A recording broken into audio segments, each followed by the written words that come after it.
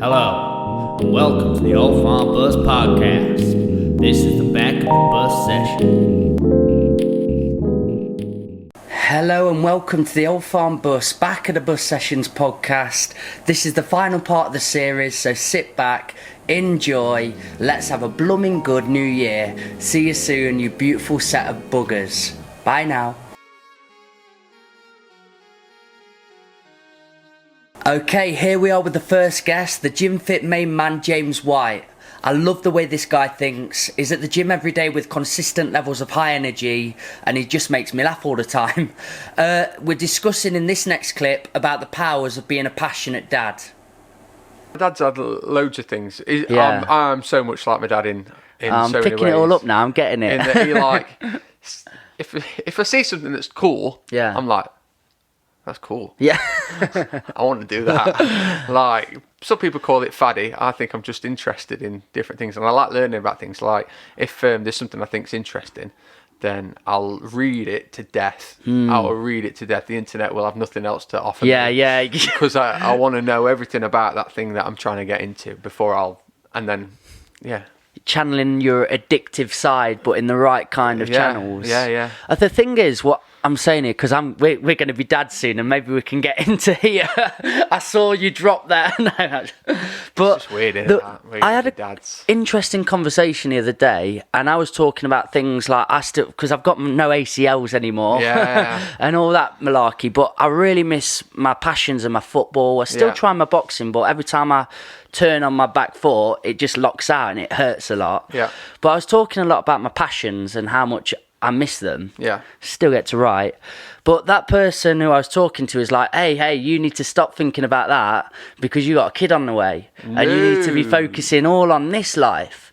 And it really reflected in me. I was like, what I've always seen as the biggest mistake is when people just put all that energy into child and take it all away from self and don't do their passions. Because what you were talking about a lot then was your dad and looking up and seeing he still had his passions on the go. And it's made you the person, to me, you are now. Definitely, yeah. Because you're like, influence. I want to be good at this. I want to Yeah. be passionate at that. I want to be interested in that. Yeah, and I think massively. that's really affirmed what I was believing is like, no, I need to be more passionate. I need to be out there doing cool stuff. Why can't the kid be part of your Exactly, passion? Why can't they come along for the ride? Exactly. Me and Laura have spoke about this. We're obviously expecting a kid. Here we go. Dad life, baby. Whoop, whoop, whoop. And we've actively spoke about making sure that we don't lose us in it. Yeah. And that, like, our relationship in it, and I don't want to lose what we've got, the spontaneity we have, the interest, the stuff we do together. I don't want it to be like the baby is all of us. Yeah. That's part of us, not all of us. I think this is a really important conversation, for fathers and It soon sounds to be selfish fathers. in some ways, but I don't think it is. I think that my opinion is that the kid will be enriched by that, not neglected by that. Because there's going to be so much still love in the home. Oh, God, and yeah. so much energy inside. Don't get me wrong, the thing will be number one. Yeah. You know, above all else, if it's a choice between going and riding a motorbike or looking after the kid, the kid comes first or comes on the motorbike. Whichever one it may be. Yeah, sure. But yeah, that's my opinion on things. I want to take them along for the ride. And it's like, we don't have to go with our kids, like my Ella. I don't go like, you do this now, this is your thing. But if she can see her dad doing like the boxing still, going to football practice or writing music, she can go, oh, Dad, I love that you love that. Maybe I'm going to find a skill. Maybe I'm going to find something that's me. Yeah. Catch you soon, James, probably tomorrow. Okay, now we've got the lovely heartthrob, Lewis Canner. I love this guy's experience and expertise in the music scene. He's got a lot of background knowledge, and here this podcast is packed with hilarious anecdotes.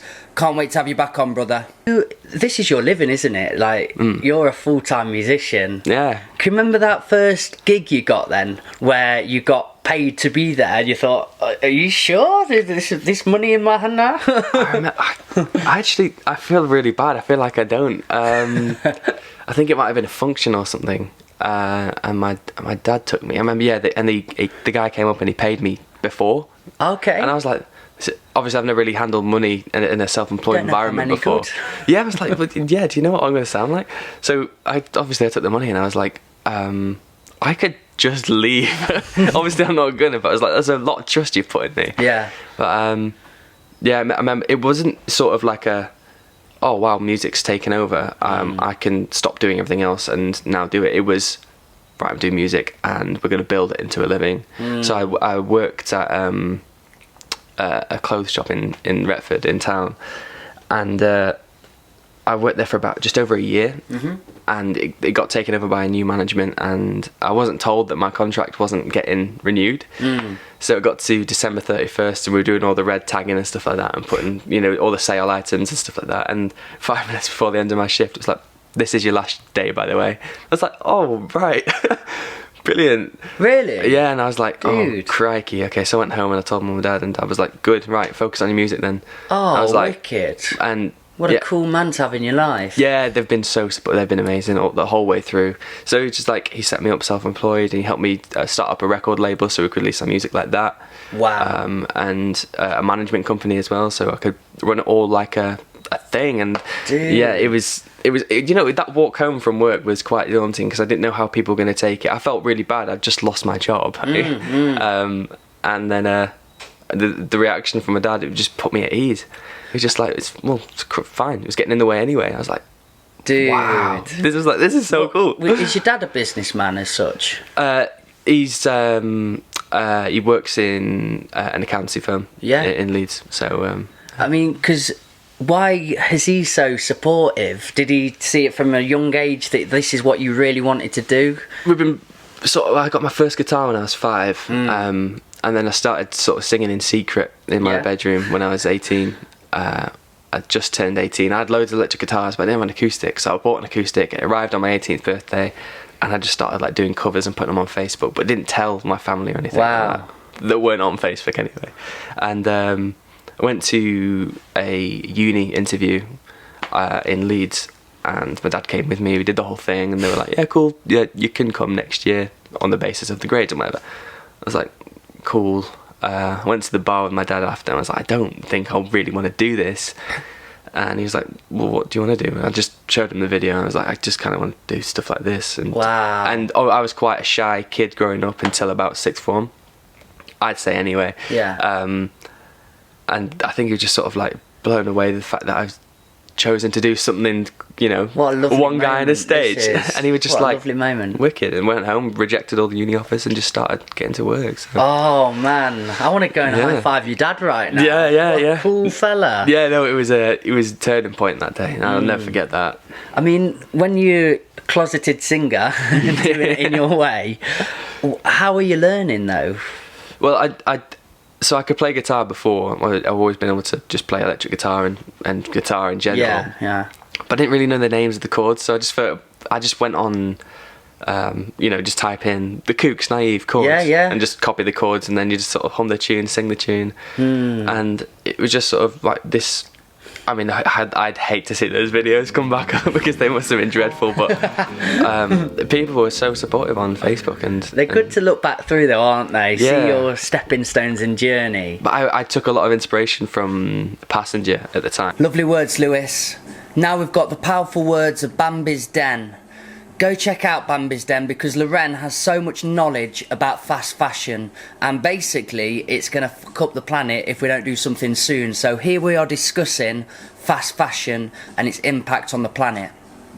Started finding out more, and this was a very important moment within fashion. It's something that I do talk about a lot and highly recommend people to go and, you know, research and read into it. Was in 2013 the Rana Plaza factory collapsed in Bangladesh, and I think it was like a 5-story high factory, and there'd been reports for quite a while that the building was unsafe. You know, walls were shaking, and you know, and you've got, you know, I heard about this actually. Thousands I did of hear people, about this. you know, 1,138 garment workers died on that day. And a further like 2,500 people were injured, and they were creating clothes for the Western society. Yeah. So I don't think it was the first factory that collapsed, but it was, you know, the first factory that really made mainstream media News. headlines, which was important. Yeah.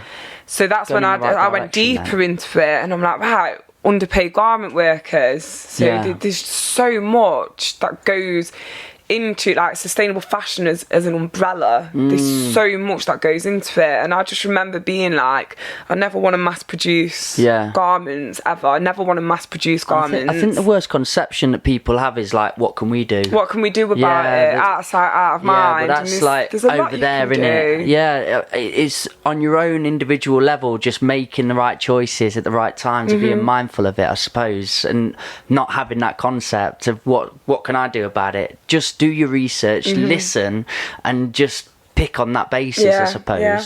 I'm learning a lot today. Honestly, I'm really enjoying it. Like I love to reflect, and I love to like have new ways to live my life by, like being like, oh, I didn't know that about Boohoo, but I'm probably not going to go there now because I've heard this fact. And I think if people could emanate like that and talk to each other, and collectively we'd get somewhere. Because I'm so out the blue towards fashion. Like, it's one of those as well, like going as well, like with being vegan, like I openly talk about sustainable fashion. I openly talk about it with my friends.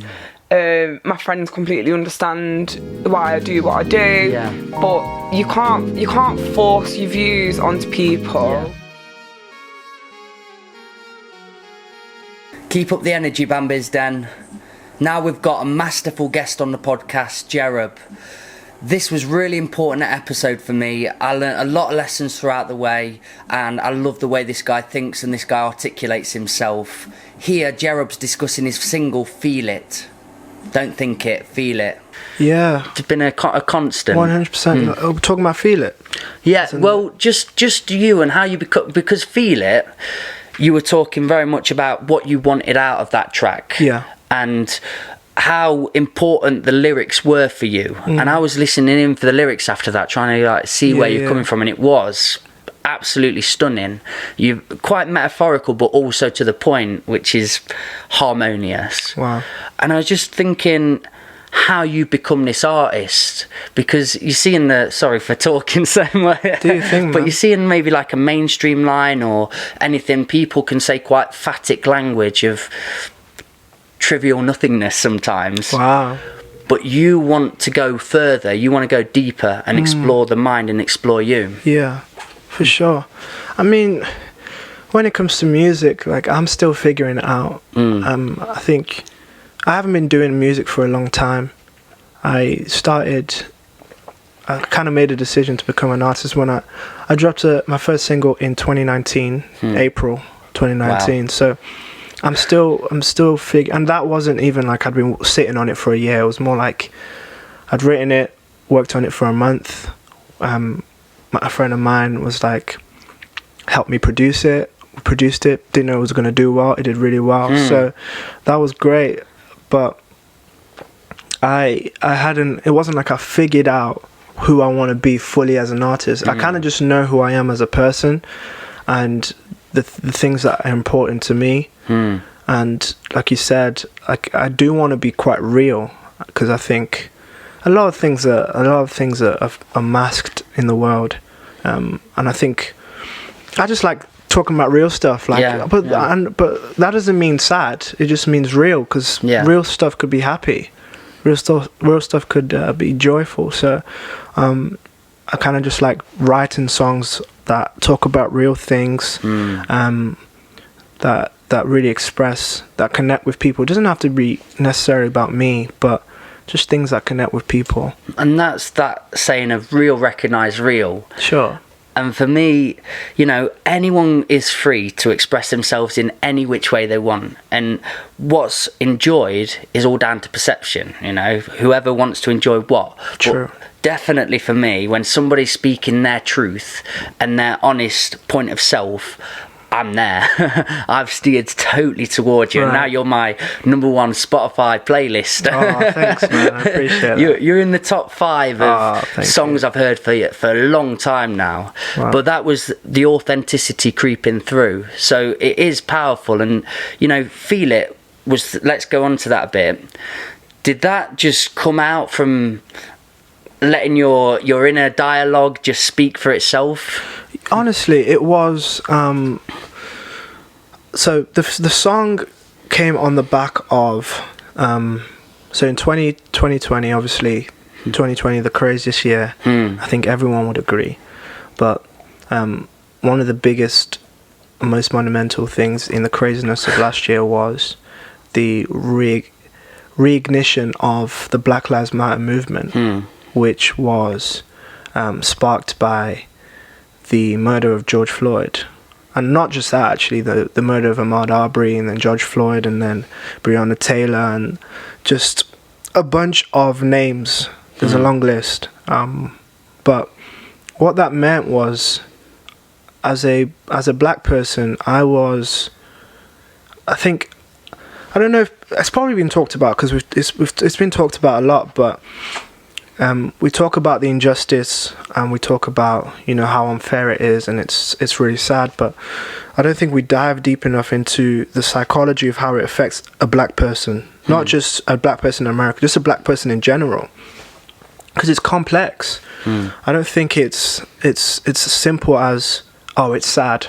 You know, it's a black person. Like when I saw George Floyd died, I couldn't watch it. Like I was 30 seconds in, I was like, oh, I can't watch this. I'm just like crying in my bed, like this is crazy. I can't. How do I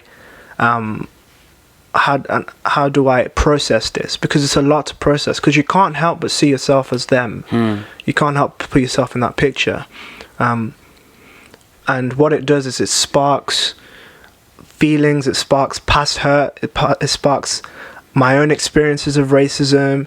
It sparks just loads of memories and different feelings and a lot of complexities. So I was at a place where I was processing, but I was just in the process of processing, and I was just trying to figure out, what do I feel like?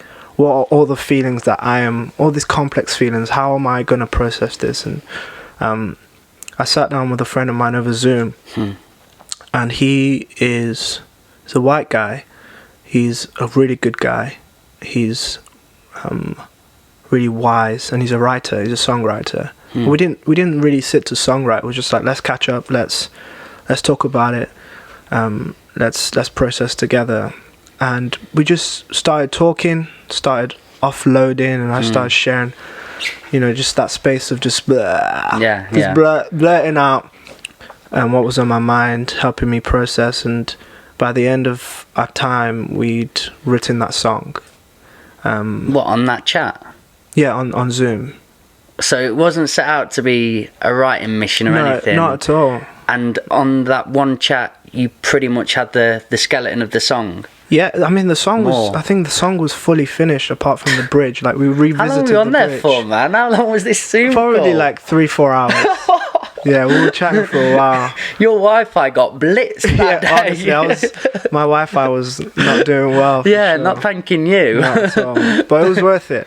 Wow, what a story. So, genuinely, because it's that sort of known saying, isn't it? It came to me, and a piece of art sort of just comes through you. You're the I don't know how you say it, but the driver of it. But it's just coming through. Yeah, and 100%. And I think there's loads of those moments. If we allow them to happen, if we allow ourselves to, you know, get to that place of feeling. And most of the songs I write or have written haven't been necessarily from a place of me trying to process something I'm currently experiencing. Yeah, it's usually in hindsight. It's usually about someone else, or about a topic, or about something. It's not necessarily about me, and in this moment I'm processing it right now. So that was probably the first song that's ever helped me process my own feelings in a moment. Powerful. I feel a very similar way though. In the best stuff I've ever written is very much when... Keep on smashing it, Jerub. Okay, we've got a very good friend of the Old Farm Bus here, Ashleigh Jones. If you need anything doing for a website, graphic design, logo, please go to Ashleigh Jones. Check him out, speak to me. He is your man. here we're talking about free party life is also a lot of fun.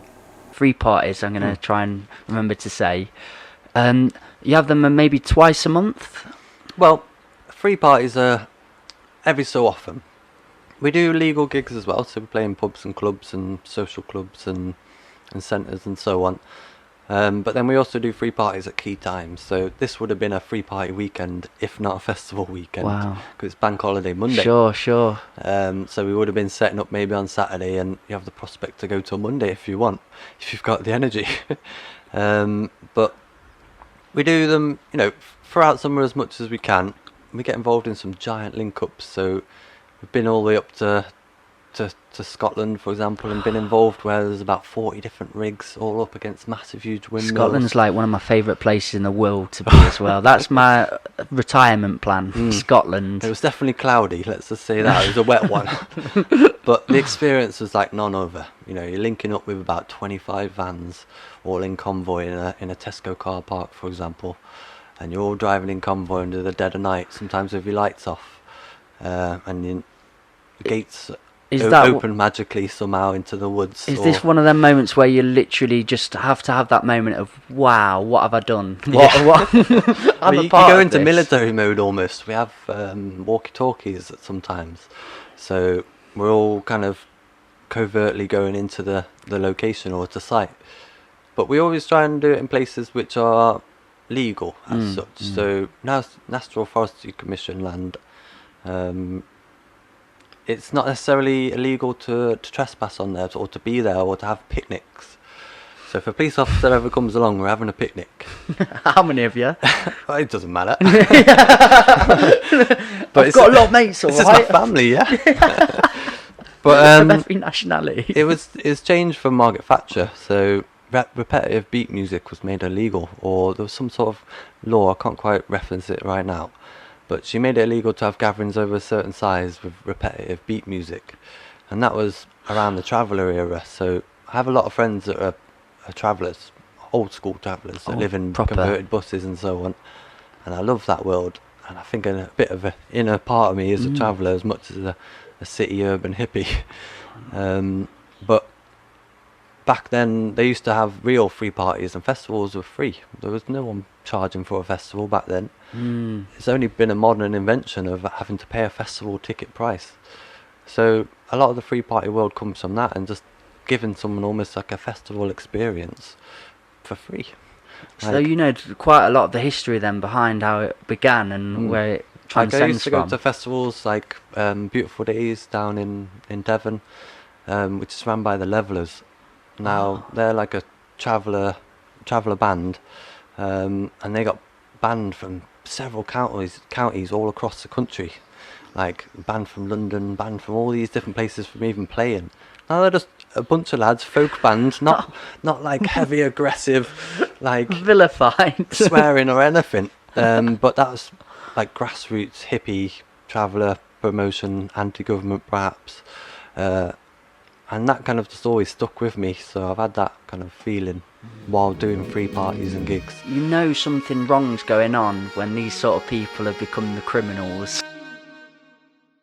I miss you, Ash. Okay, we've got a Nottingham legend here, Warren Island. I swear to God this podcast will still be happening now if somebody hadn't put a stop to it. I really hope we get Warren on the back of the bus this year.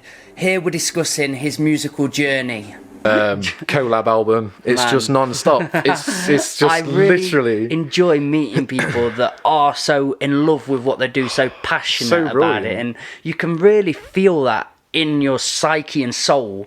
It means everything to you. Oh mate, it's 100%. Was that given to you through time? Had you met people along the way? Have family been very influential about how you've approached this? Why are you so thriving for music? I don't know, I've got such a hankering for it, and it's like when Demons came forwards as an idea, it was just this sort of like thing where it was just this urge. I was like, I need to write something along the lines of this and sort of like properly go in. And in the grand scale of things is something that I'll refer to a lot and be like, oh, in the grand scale of things. But in the massive... like a football player, mate. At the end of the day, mate, you know what I mean? Well, yeah, you know what I mean. And at the end of the day, innit? So in the grand scheme of things, like, I'd say in terms of my career, you've got, say, a 100-meter dash or a 100-meter sprint race. And in where I am right now, for the past 5 or 6 years, there was a point where I wasn't even writing anything. I was just doing covers and going out and exploring the music industry for what it was and getting just stuck in, seeing how it all works, seeing what people liked, what people didn't like, what kind of other musicians were out there and stuff. So I did that for about 4 or 5 years before I actually put pen to paper, started sitting down and writing stuff, because I was going and playing at festivals and people were like, you need to write some of your own stuff, because the one or two that you've done already is actually really, really good and we want to hear more. So, but yeah, from, I'd say, a young age, I've always wanted to just follow the music and pursue stuff, and just, I don't know, it was... Was it performing in general, though? Well, when I was in school, I did, like, school performances, and I was a bit of a class clown, but I was also a massive attention seeker and a little dweeb. I can picture you, mate. We would have been mates at school, 100%. You probably wouldn't. I was a really weird kid. Okay. Like, I was the kind that would sit in the corner of the room, like, beatboxing and just making weird sounds and be like, ooh. And sounds just like, ace. No, it was, at that time, I didn't know much about the world. I was very naive. And yeah, it was coming into things, and I knew I wanted to pursue something and get my head around something to properly focus. Yes. And at the same time, it was kind of like my dad doing what he did, because he worked on tour for 10 or 15 years. Yeah, he was a lorry driver for like an agency basically, and it's like bit of name dropping and stuff. But like my first official gig was James Blunt. Like. Wow.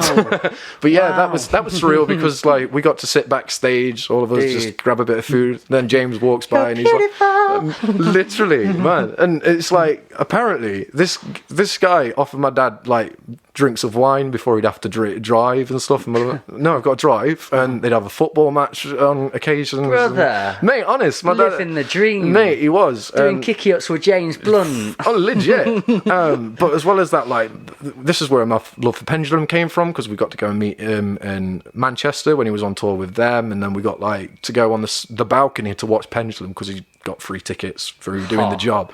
That was an absolute insane show, probably one of the best shows I've ever seen in my life, because the balcony itself was jumping up and down. How old would you have been at this point? 15, 16, something like that. These are real groundbreaking things for young people to experience. At that point, it was really, really interesting, because you don't really hear about that from other people, let's say, when you go to school. And of course, when I'm going back and I'm like, oh, my dad knows James Blunt, of course, people are like, yeah, all right, mate. All right, fair enough. Yeah, of course he does. And it was like, oh man, I can't really explain it to anybody, because nobody can just got that reference point and can understand that. Sort of like my dad was, Kenny Rogers, Franz Ferdinand, Dolly Parton, Meatloaf, Slash, fucking just band after band after band. He toured with Prodigy like 4 or 5 times or whatever it was. You can see why you would have gained this thirst for what you do. Oh man, well, it was seeing all the work that my dad did, but then the actual deal breaker was going and seeing Keane in Birmingham, because it was like really, really good show, pretty packed, but like sat with him for the most of the night. And then at the end, there's just absolute carnage going on. People are taking down this stage, putting stuff into flight cases to push down, and off they go at the back. And then it's just like 4 random guys laughing, joking, walking by as everybody's like running around. I'm like, who are they? Look, it's the band. What are they doing? They're going back to the bus. They're going to get pissed. Go sleep. Probably wake up at about 12 o'clock tomorrow. Do it all again. I'm like, I want to do that. It was just plain and simple, sort of like standing and taking it all in.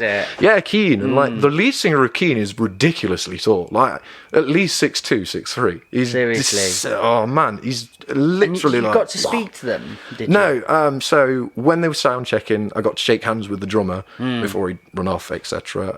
But quite a lot of the time, we were just sort of like in the background. Just being in that environment. Literally, seeing like. I think the one time that I properly went out of my way was we went to see Pendulum at Doncaster, and the bassist is walking past, and like Pendulum were my idols at the time, and I'm like, I'm not letting you walk off that. So straight up, I've just stuck hand out, and I'm like, you're the bassist, aren't you? Like, and he's, yeah, mate, I'm the bassist. He just wonders like, oh man. But no, seeing all of this was just a massive, massive sort of like thing, but. The kind of glitz and the glamour of the side of it is another side of it that I'm not too fond about, because it's just, oh man, when you've got kind of money attached to it and you've got all these different things attached to it, you can get mixed ways, mixed intentions put into it, you know. When it's like, one thing that's definitely bugged me over the years was to say, sort of like, if one of my songs all of a sudden got into a program or whatever, and then there was loads of attention on myself for even a week, 2 weeks, I'd hate it, because you wouldn't have to be able to have like 2 minutes, 3 minutes to yourself. And I feel sorry for some of these celebrities, musicians and stuff that have to go through it. Jamie Cullum's got it sussed, because in the sense he can still go out and kind of live his life a little bit, but he's not hounded by paparazzi, whereas you get some people that just aren't left alone. I think it's particularly bad when you've had it from such a young age and you're developing, because when you're a little bit older and you're coming to fame. Catch you soon, Warren. Okay, now we've got one of my best mates here, Dan James from the Prime Life Project. We'd never met before the podcast, but I really enjoyed him on an Instagram live, so I messaged him and I said, I need to speak to you. Came and did the podcast. 6, 7, 8 months later, I'm helping him out with his mission at the Prime Life Project, doing his podcast, filming it all, and I love and I'm honoured to be a part of the team. So cheers for this, Dan. Here we discuss him and his depression and how it was the best thing that ever happened to him. People following others' lives and following a rule book and not living their own experience and existence. But for me, with my depression, I was crippled with it and had no idea where to go. And what I was saying about schools there, it is totally because I was just left afield. I was left on my own to work it all out for myself. And I think it's good for people to go through pain and be hit hard, but to be given tools along the way that you can find at some point for yourself, that's the important and fundamental thing about it. I really did have to go through hell and back to gain them tools. And I don't think people need to fall as hard as we did. I think they can have equipment given to them subtly, and then suddenly they can find access. And you've literally hit the nail on the head there. It's depression for me was the best thing that ever happened to me. That's bizarre to say, but it's the best thing that ever happened to me. Would I wish it upon anybody? No. And that's why I'm trying to help people. I don't want, my whole premise is to help as many people as possible not feel as shit as I felt. Yes. That's the goal. Perfect attitude. But what people don't understand is, and I mean everyone, no one understands this, is every single person on this planet, I don't care if you're a multimillionaire, I don't care if you're a celebrity, I don't care what you are, you have mental health. Yeah. Everyone. Just like cardiovascular health, digestive health. Yeah. You have mental health. You might not be struggling with it right now, but how good would it be to have a few axes just wrapped around your belt, so when you're falling down that mountain, oh, fucking hell, I've got these axes here, and you can just grab onto it, and it stops you from falling down to rock bottom. How good would that be? So actually only fall down a little bit of the cliff rather than all the way down. And that's the problem. We're not given these tools, but these tools are there and they're fucking free. Gratitude journaling is free. It's a free thing. Journaling is free. And this is all this stuff, it's free. It's easily accessible, but we're not taught it. Training, everything. writing poetry, 100%. music, expressing yourself. And again, but some people, their idea of doing poetry and express themselves is their idea of hell. Yeah. Okay, cool. That's not your vibes. But how about just gratitude journaling? Completely. Oh, I don't like to gratitude. Okay, cool. Well, how about you just sit with your thoughts? Oh, actually, no, I can do that. Why don't you try meditating? What? Anything. Again, running. Just anything. There's an outlet for you to just be with yourself. But the problem is we're too busy distracting ourselves from ourselves. We'll do anything to distract ourselves. We won't just sit. I like what you were talking about as well with the 9 to 5 or so on, because I think a mistake that I made after I found all these answers and it was just an influx of information, Buddhism, Hinduism, The Secret, whatever it be at the time, I was just lapping it up and getting philosophy drained into me because I needed it so desperately. Because I was telling you before the podcast, I literally typed in easiest ways to die. That was the night I was ready, and instead I read on Reddit a little post and somebody said, before you do anything daft, and he did send me down psychedelics and substances, but I was saved on that night. I was that minute little inch away from topping it and just finding a way out. But after I've been given all this information and been on my journey, I just wanted everybody to change. I just felt I had this answer that I needed everyone to understand. So I wanted them to live out sort of my existence in a certain way. Because for my dad, he's a Buddhist monk and he doesn't know it. He's just so in the moment, got his headphones on, walking all day, and I was alienating him because I thought, Dad, no, live like this. You need to be more on it. Feel this way. Have a passion. Do this. But he's lived that life. He used to be a semi-pro footballer. He's had his experience. He just wants to be more relaxed and zen and just in a simple place.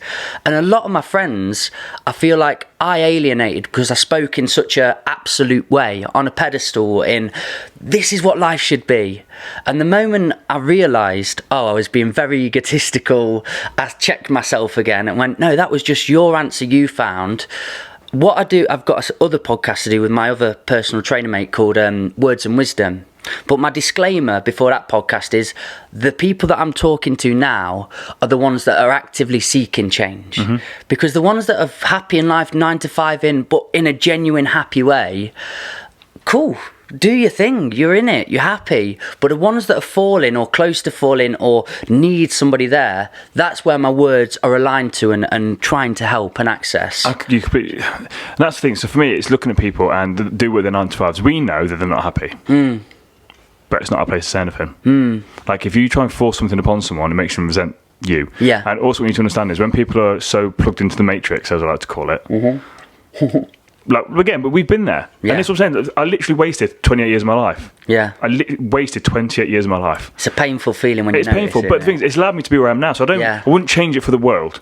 But I just realised I didn't live with any purpose or passion. I was just literally existing. Yeah. And that's the state that most people live in. But again, if you're plugged into the matrix, and you don't know you're plugged into the matrix, and you're happy, cool. It's not my place to say anything. So when people come to me and want my help, I then pass it on. So my podcast, again, if you're happy living your 9 to 5 life, cool. You probably don't want to listen to me talk about law of attraction and the fucking. You don't want to listen to that. And again, it's fair. On my podcast, I don't really talk too much about it because I know that people don't want to talk about that. My thing is that it's attracting people that do feel a bit. I don't quite feel happy. Yeah. And that's the thing. Most people don't feel happy, and I feel like happiness. This thing blows my mind. People need to understand that happiness is a feeling. Yeah. Your thoughts create your feelings. It's impossible for you to be feeling shit if you're thinking happy things. If you're thinking about bunny rabbits and unicorns, unless you petrified unicorns and bunny rabbits, you're going to be feeling pretty happy. But the problem is people are feeling shit. They're feeling low. And they're feeling rubbish. Their thoughts must be negative.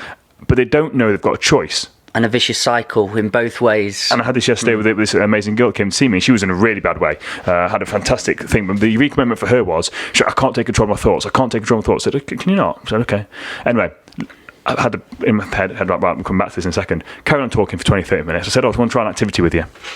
I said, okay, so anyone listening to this, we're going to do the same activity. Just close your eyes. I said, right, close your eyes and think of a can of Coke. I said, when you think of the can of Coke, give me a thumbs up. Thumbs up, cool. I said, think of a unicorn. Waited. Thumbs up. Cool. Said, right, raise your left hand. Waved left hand up. Said, cool. Said, open your eyes. Said, you just took complete control of your thoughts. And she looked at me. Wow. And she's like, you motherfucker. Dude, she was like, you motherfucker. And I went, so you just told me 20 minutes ago you can't take control of your thoughts, and that's why nothing's changed. And I've literally just proved to you that you can take control of your thoughts. And she literally just looked at me. I was like, there you go. And that's the thing, but we're not taught that. Yeah. Now you can't control what pops up, so you can't control your thoughts. Cheers, Dan. Okay, we've got Tom here, aka Sting from Stingray and the J. We had a crazy, playful, wild time in this podcast, lots of laughs, and we really delved into the depths of funk and soul, a lot of rooted knowledge.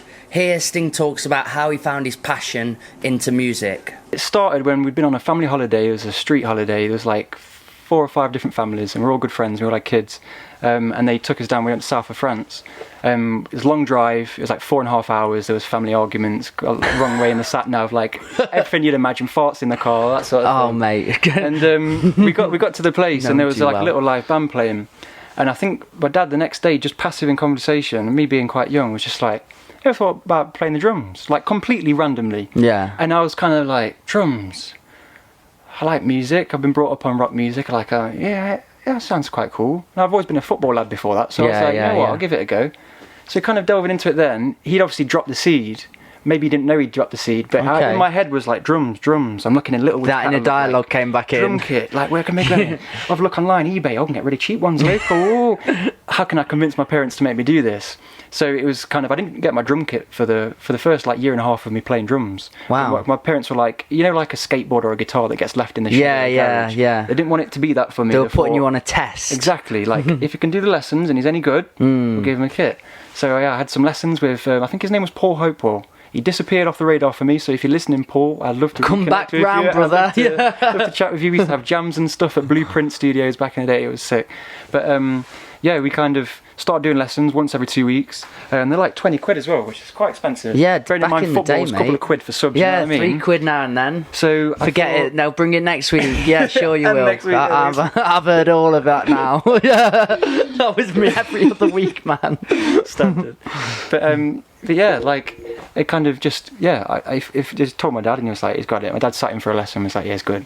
Was he? Carried on doing it. Got a drum kit for Christmas, which was a bigger kit than I thought. I was looking at the little kiddie ones. Ended up getting a proper big one, and I was like, flipping out. What were the kiddie ones? So just a 3-piece. You get a little bass drum, a little tom, and then what is a snare? It might have some snares on it, it might not, and then just a tiny little dinky, like crappy cymbal. I know what you mean. Yeah, like as soon as you give him a smash, it goes. And that's what I thought. I've lost falling off my dad because it's not that much money. I've had asked for Action Men in the past, you know what I mean, and they've been way more. So this will be something that he likes. He's a good Action Man, mate. He's like a headbanger. He'll want this, and I got a proper kit, and we set it up like in pieces because it came flat packed.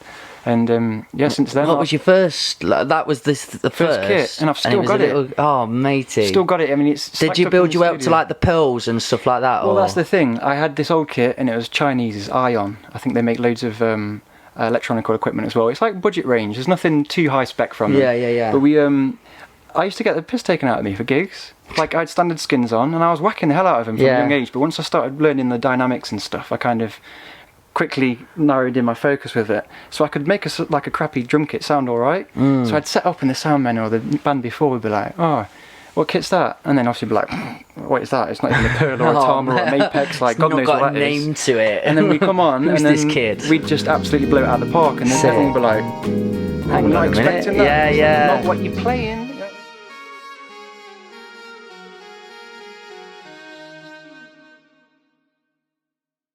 Cheers, Sting. Okay, we've got a fantastic guest here. We had a brilliant conversation with Chris Melluish. He's been in the fitness industry and a life coach for years and years. He's got a lot of background knowledge, and I really appreciate what he's got to say. Here we're talking about non-negotiables. It's almost like non-negotiables, right? You know, you have these non-negotiables that I know I've got to do every single day, that if I do these, I know I'm serving myself well, and on the flip side of that, I'm going to serve others better as well. You know, and then you remove a lot of overwhelm, a lot of anxiety by doing that as well. So yeah, like coming back to the kind of quadrant, it's like one of my things I have to recognise is that, you know, you kind of tell yourself stories. You tell yourself stories that you need to do this now. You need to kind of put all in your work into business now, when actually it's just a story. And you can tell yourself these stories so many times that you start to really believe it. Yeah. But you don't realise the impact that's having on every other aspect of your life. So, you know, I started to spend more time actually scheduling time with my family. And, you know, going back to that kind of daily planner that I have, that I schedule in my dog walk, I schedule in my training, and before I never used to do that. I scheduled everything work related. That was it. So therefore, them things were always going to get done, but the other things that I need to actually focus on were never going to get done. I noticed that, and it's a common trend. But now I factor them in, and I make it non-negotiable. I do it. And is it perfect? No. Is it consistent? Yes. And consistency doesn't mean perfection. It doesn't mean I do it 100% of the time, because life gets in the way. Life gets busy. But if I can hit 80%, I'm happy and I'm winning. And that goes a long way. So I kind of summarise that little section. I think it's just a drawing awareness around where you're spending your energy and managing your energy correctly. Recognise and realise that sometimes you've got to cruise and blast. Yeah. Sometimes you've got to go all in, because if you are training, like for me, I'm training for an Ironman towards the end of the year. There's going to be times like this year when I'm going to have to put a lot more hours into training. Of course. And that may mean that I'll have a conversation with Gemma and say, look, you know, there'll be a few early mornings for me now. I'm not probably going to be there making breakfast, but she, you know, helping her have an awareness around that and communicating that to her is going to give her be more supportive rather than understanding. Yeah, absolutely. She have a deeper understanding behind what I'm trying to do. But on the flip side of that, you know, we'll have a lot more family time. Maybe in periodically through the year when we can. So yeah, energy management has been a huge thing for me. And it's something we talk about a lot with our clients. And since doing that, quality words, Chris. Okay, now we've got one of the most hilarious guests we've ever had on the podcast, Owen Oxley. About 20 years ago, me and Owen were on a film together, and he had to be my older brother, who was a bit of a twat to me. And now it feels like my older brother that's an absolute legend to me. I appreciate everything he's done for the family, for the farm, everything. Here we're discussing the film that we're in together.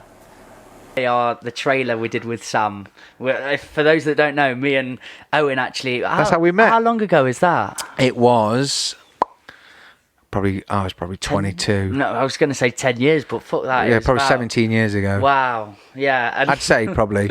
And that film, I remember you so well from that, man. I came over, read the script with you even. I was at Sam's house. I had to get pet talked from my parents like, you do know you're paying a fat kid that gets bullied again? Mate, that's what... You imagine. So, bear in mind, I went to Sam's... Stacey had just passed a driving test, and I made her drive. I made her, fucking gone to her head. But it was one of them where she'd just passed a driving test, and I was like, well, let's go to Sam's. And he lived in Denby, but we went all the way out through Little Eaton and all the back roads. It's fucking horrible. And she did it. She got there. She was fucking fuming with me. But we walked in, and Sam had this, I can't remember if it was a laptop or like a word processor, because it was a long time ago. And he went, I've written a film. I was like, what the fuck are you on about written a film? Because he's obsessed with film. And I was like, okay, fair enough. He's the type of person that used to get a Region 1 DVD, which meant it was an American DVD. You couldn't play it in a British player. And he'd watch all the behind the scenes, or he would overdose. So he said, basically, we've written this film. You're a prick. I was like, okay, take that. He said, there was me. Born. Exactly, yeah, me, Dom, Dec, Lee. So there was Sam was directing and producing and all the rest of it. Ollie was doing sound, which is his brother. Then me, Dom were childhood friends. Lee was his other really good friend. So we cast, and we got even people from fucking Dec from Ireland. Oh, mate. Ross came over, Lewis, loads of people, and it was like a little family. Yeah. And bear in mind, I bunked off work for 2 weeks because we did it in Lower Kilburn, above that shop, above the little One Stop. Yeah. Yeah. I know. So we did it above that, right? And bear in mind, I was smoking at the time, just smoking cigarettes, and like didn't have any kids. I love that you have to justify. Yeah, it's weird, man. Because it's like, well, I was having a joint, was you? No. I wasn't doing any of that naughty stuff. So I was because I stopped smoking before we had kids, because it was the rule. Like Stacey said, do you want to have a baby? I went, fucking come at me. She went, you've got to stop smoking. So if you stop smoking, we can have all the sex. And I was like, amazing. So literally flicked them out. We did it once, and she was pregnant. I was like, what? So I kind of got fucked over, but it was for good reason. So with that in mind, we went to do this film. So I had 2 weeks off work. I said I fell down the stairs or whatever the fuck I'd said. And my teacher, Claire Eaton, bless her, she was an absolute sweetheart. She kept ringing me, you everything all right? And I'm like, action. I'm like, what was that? It's just telly. So I did this film, and it was all lads, apart from a couple of girls that were coming in and out. And so it was very, very, very fucking macho, boisterous, fucking piss taking, just being absolute arseholes to each other. And then that's what it was. It was full in between us. So we just fucked with each other for like, I don't know, at least 2 weeks. And then it wasn't till afterwards when Sam then was like, we need to do the cutaways or like the extra scenes that explain the background. And obviously you were my little brother. But you were my little brother that our mum fucking adored. Yes. And didn't you have a little mate? There's a little mate. Chris, yeah. Yeah, he was your little mate. My little buddy. And then we went up to Duffield Bank, and there was this really big house that we fucking put a telegraph pole in. Yeah. We fucking did all this stuff. And it was the first time we met you. And then Sam sort of passed me the script. And the first thing I had to do, I can't remember if I had to swear at you or punch you. Yeah. You had to you threw a rolling pin at me. Yeah. And then at the end, he said, we've got to hit him with a baseball bat. Yeah. I'm 22, 23. You were like a tiny, the happiest little Cartman-looking kid I've ever fucking seen. And I was like, oh God, what the fuck are we going to do here? So basically, and this happened a lot. Sam had a lot of creative concepts, but not necessarily always because he said to me... I got wrote into his script because he knew a fat little kid down the road. Precisely. Yeah. He's like, I know a kid. Well, I can remember on the trailer, you'll see me go over a wall off a BMX. I'm on a push bike, and my real brother kicks me over a wall. Because when we got on set, he said, I need you to hit that curb and fall off. I don't know if you've ever tried to fall off a bike by hitting a curb. It's fucking solid. Oh, man. So I was like, I don't want to hit a curb. And no. I says, watch this. I took my brother to one side. I said, Will, as we bump this curb, I need you to look like you're kicking me. Right? Oh, yeah. So I'm like flying along, and he kicks me, and I just go straight over this wall. It was fucking gold. And Sam came over, big hug, dude, that's the best thing I've ever seen. I was like, well, your idea was dog shit. Yeah. So then when he said afterwards, and was it the cutaway for doing my background, we said, okay, well, we need to hit Mikey with a baseball bat. I was like, he's fucking tiny, man. He's big, but fucking tiny, man. Like, I'm an adult, technically. So I literally lay the bat down my arm, and I got Sam to stand over my shoulder, and I literally just tried to launch it. It hit you, and you played an absolute blinder. You went forward like a rocking chair and just rolled. And as you watch the trailer, you'll see it, and it's like, I can't remember if you called me a dirty slut or something. He's pregnant mum, the dirty slut. That's it. Shut your fucking hole. Straight from the courtroom. Oh, it's like we never stopped. That's it. But the problem is, that was all them years ago, and it wasn't until Sam said, Mikey he's grown up, and I was like, what? He's like, yeah, he can drive and do all sorts of shit. He's a poet. Weird. I was like, that blew my mind. Yeah. I can't remember what I was saying before. Genuinely, moments from that part of my life give me so much energy and confidence, really. I was such a battered up little kid, I've blocked out a lot of childhood because I fucking hated it. The bullying, I didn't have much love in the home, to be honest. There was no guidance, so I was really struggling. But I had a big personality because all I was shouting out was please, someone love me. Just somebody look at me, just please. And the fact that Sam got me on for that role, and even though it was being fat or anything like that, I understood it was a role, and I got so much confidence from that. I was amazing. Going to school and I was talking about it, and it really did set me on a path of just something else. Mate, I never felt that before, so I really do owe a lot to Sam and you guys for that moment. Well, it's one of them. Even when you watch programs now, and you know when someone is cast for being a fucking ugly bastard, and you're how have they put that in the paper? And you've been ugly cunt wanted, gonna be abused. You're like, really? How'd you? But still, it meant. Yeah, it meant something to me because it's fuck it. If I'm the fat kid that everyone picks on at school, at least I'm doing it for fucking a purpose. Watch this. At least I'm going to own this role. I'm going to do it. And my mum and dad and everyone's like, yeah, but this is what's got you into such depression, and this is but I'm like, fuck no, I want the role. I want to be in this film. Let me do it. Thanks, Owen. Okay, here we've got the friendliest face guest we've ever had too, George Gretton. He's got a really peculiar and unique sound to his music, and in this clip now, we discuss that sound.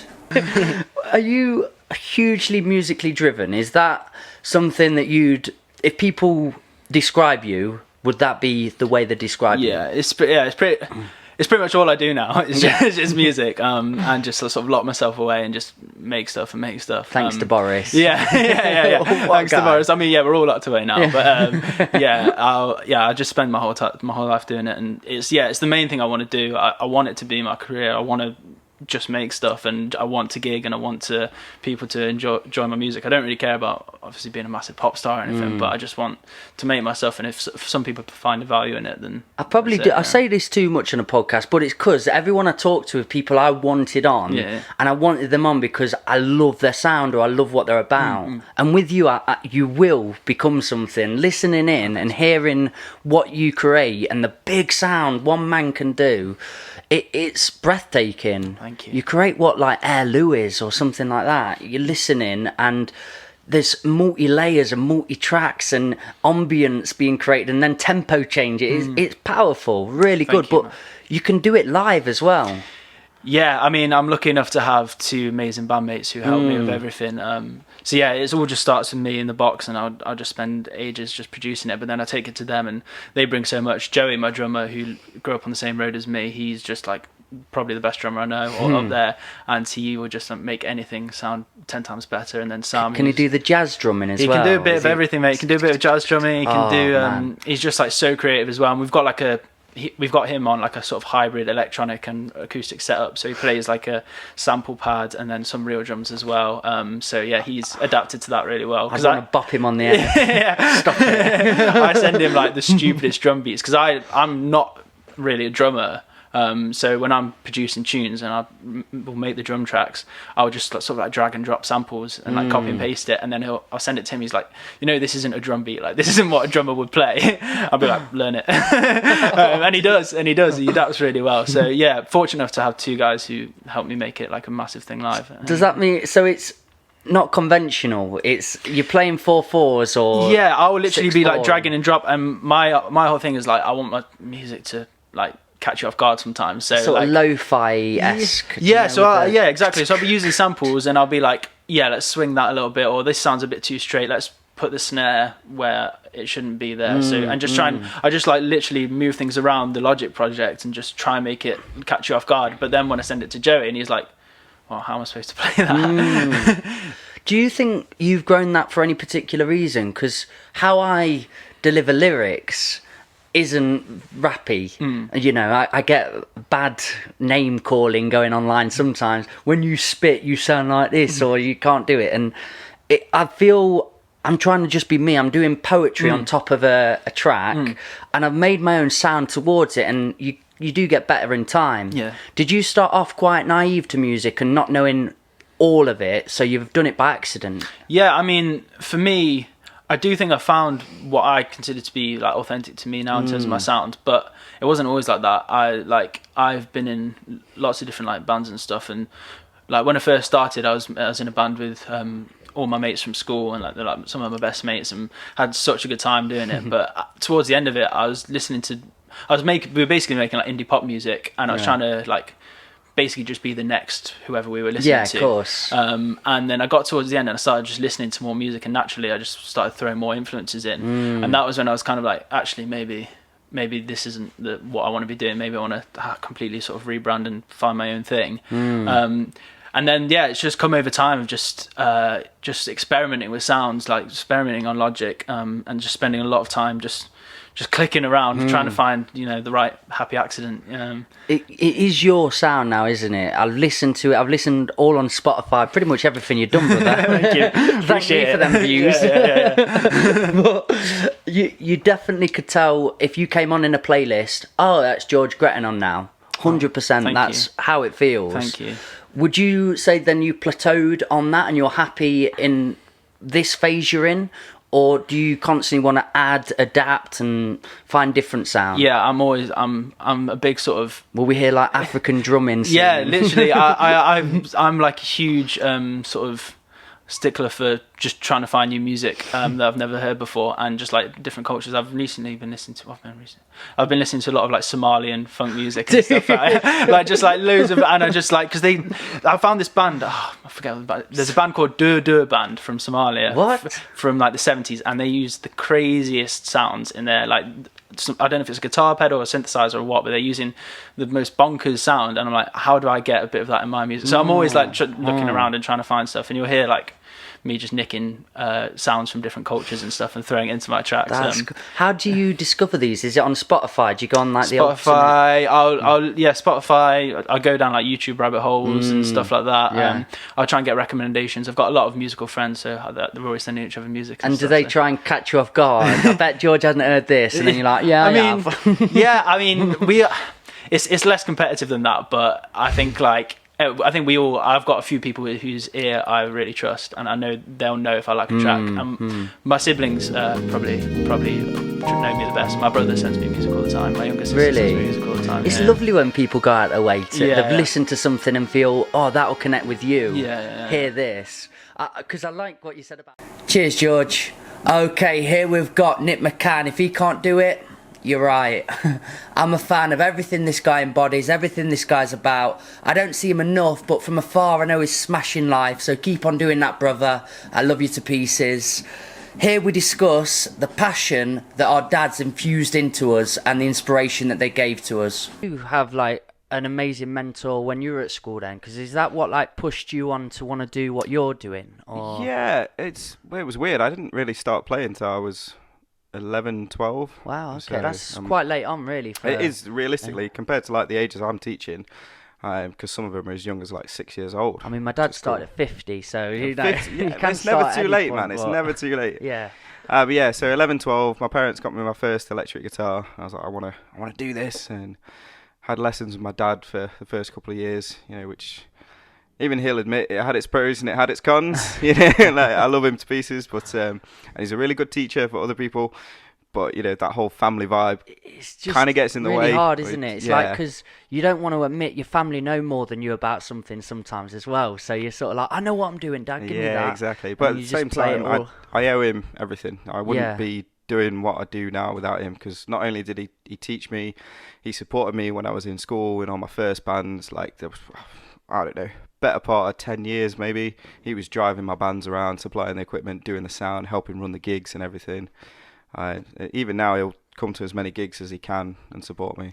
I do notice that when I go around to yours, and I've been around many a time to do some music and things, but just the lovely atmosphere and the vibe that you two have together is so strong. And would he always doing guitars and music and things like that, or? Yeah, he was doing it. He was going out around pubs and stuff when he was younger in Scotland and everything, and then it's only really been kind of the last few years he's not done as much, so but every now and again we get a cheeky little jam in at an open mic. I love it when you start playing like with each other on I've been to the Hollybush and I've seen you both jamming down there, and it's been amazing. Yeah, it's such a nice vibe. I went filming the other day, and this guy Tom Grant, for one of his sessions, he was releasing a single. Nice. And at the very end he got his dad up, and they sang Angels, Robbie Williams together. Aww. And I'm filming this thing, and I'm starting to, like, tears are coming down my face, and I'm just like, they're hugging, he's just like saying, oh, I'm so proud of you,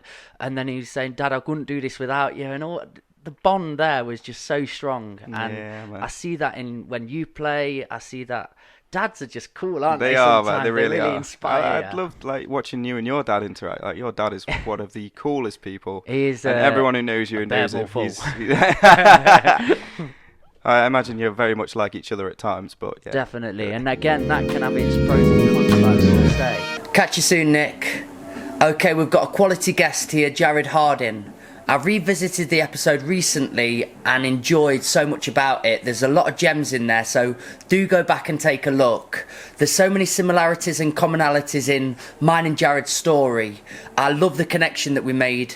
Here we're discussing a beautiful life metaphor. Psychoanalyzing others and looking at the social aspect of the life, but if you psychoanalyze yourself, then that can really play your part. Yeah, it can, and and then it does great things on the outside of your life. Like it can help a lot sometimes. But I think in the studio.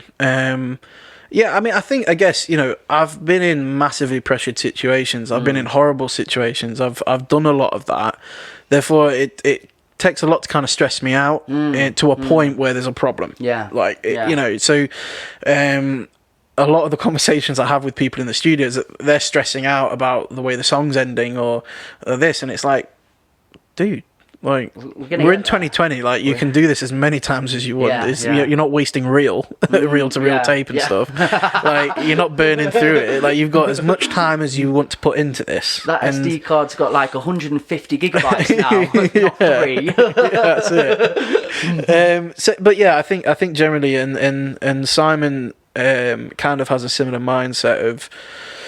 Well, there's a metaphor I like where I remember being away at like a youth thing in Glasgow once, and one of the leaders lost his wallet, and I was kind of like 16 at that time. I got my own wallet, I got my fake little bank card, you like your kiddie account or whatever it is, that's it. And I was like, and when he lost it, I was like, oh my days, that's the worst thing that could happen to someone. I'm like, he's lost his wallet, like his life's in his wallet. And I remember he wasn't stressed out.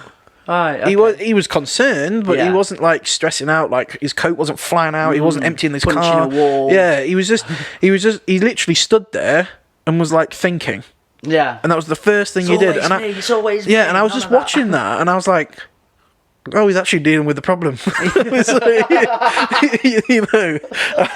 was like, oh, he's actually like decided to actually try and work it out. Yeah. What can I do? And if there's nothing I can do, then just forget it. Exactly. And so it was a case of my metaphor is like, if you lose your wallet, if you stress out for 30 seconds to a minute or whatever, it doesn't help you find your wallet.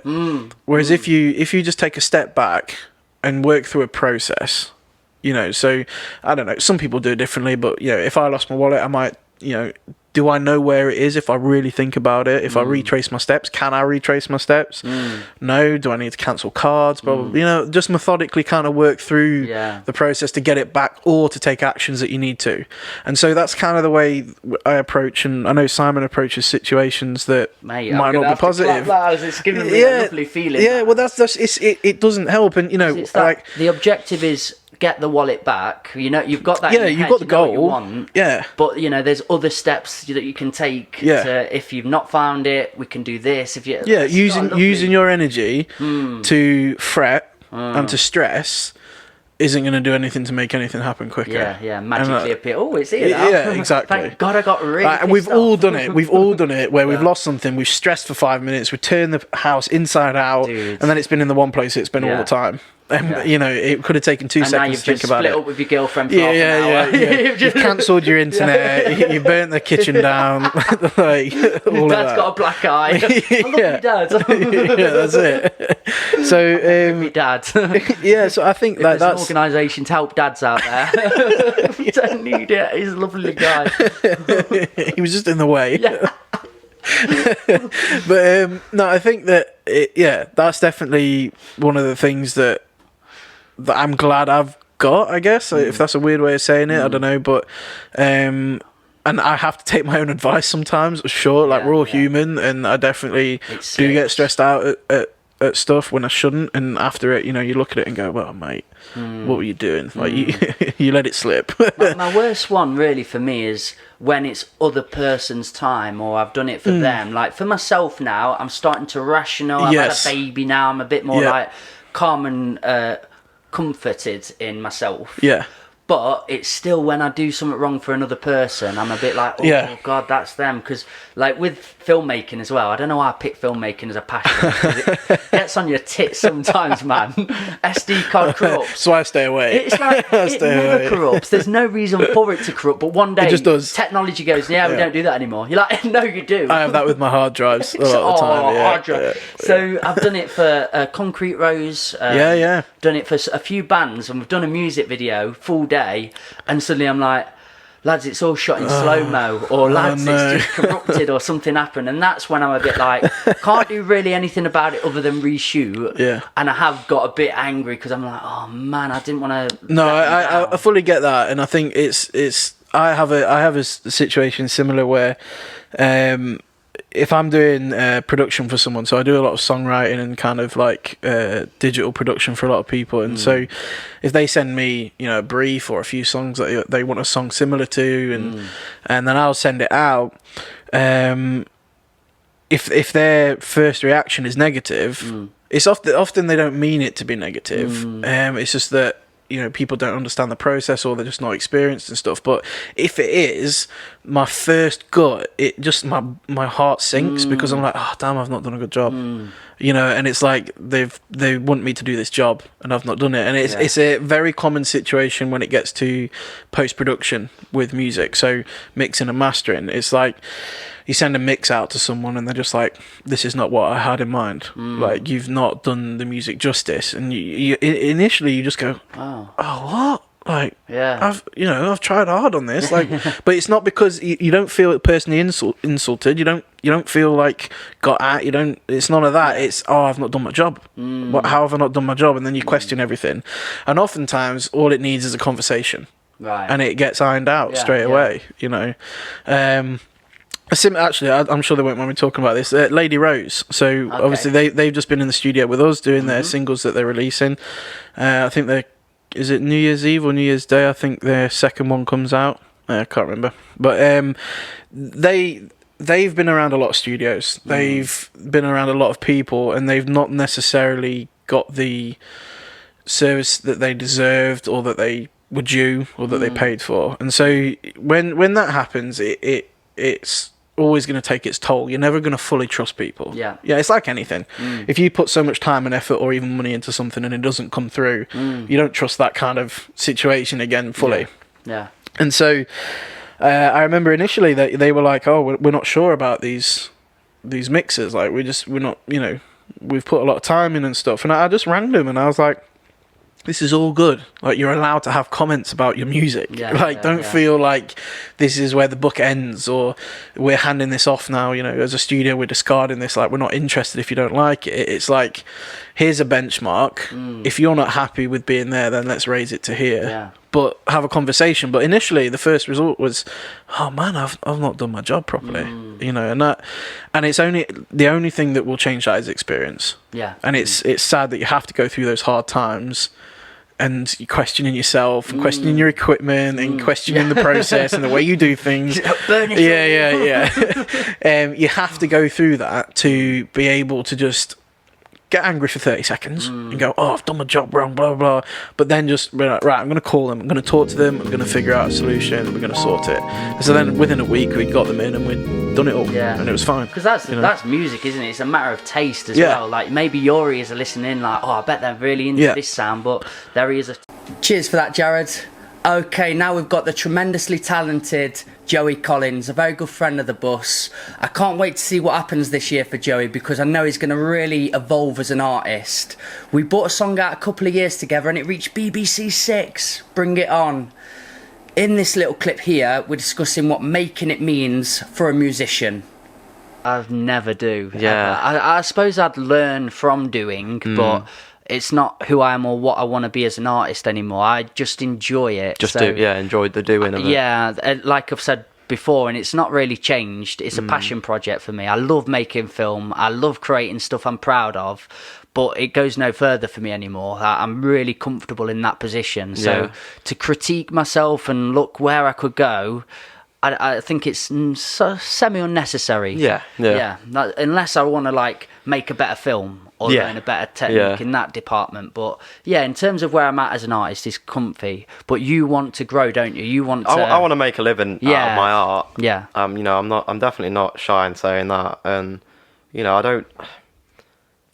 It's this question of like, how do you define making it? I mean, for me, I'd answer it with just, I'd love to be able to make a sustainable living out of it. I don't. The old term question. Yeah. How do you make it? I wrote a song called "Make It" with Johnny Ollie. It didn't come out, that one. Oh, okay. I'd like to hear how it went. I've got the lyrics still, but it's literally all about this whole conversation. Of like, what is it to make it? Because it was about a year or a year and a half ago when I had certain people in my living room and we were doing songs all the time. But it was like churning it out, just constantly trying to make as many as you can.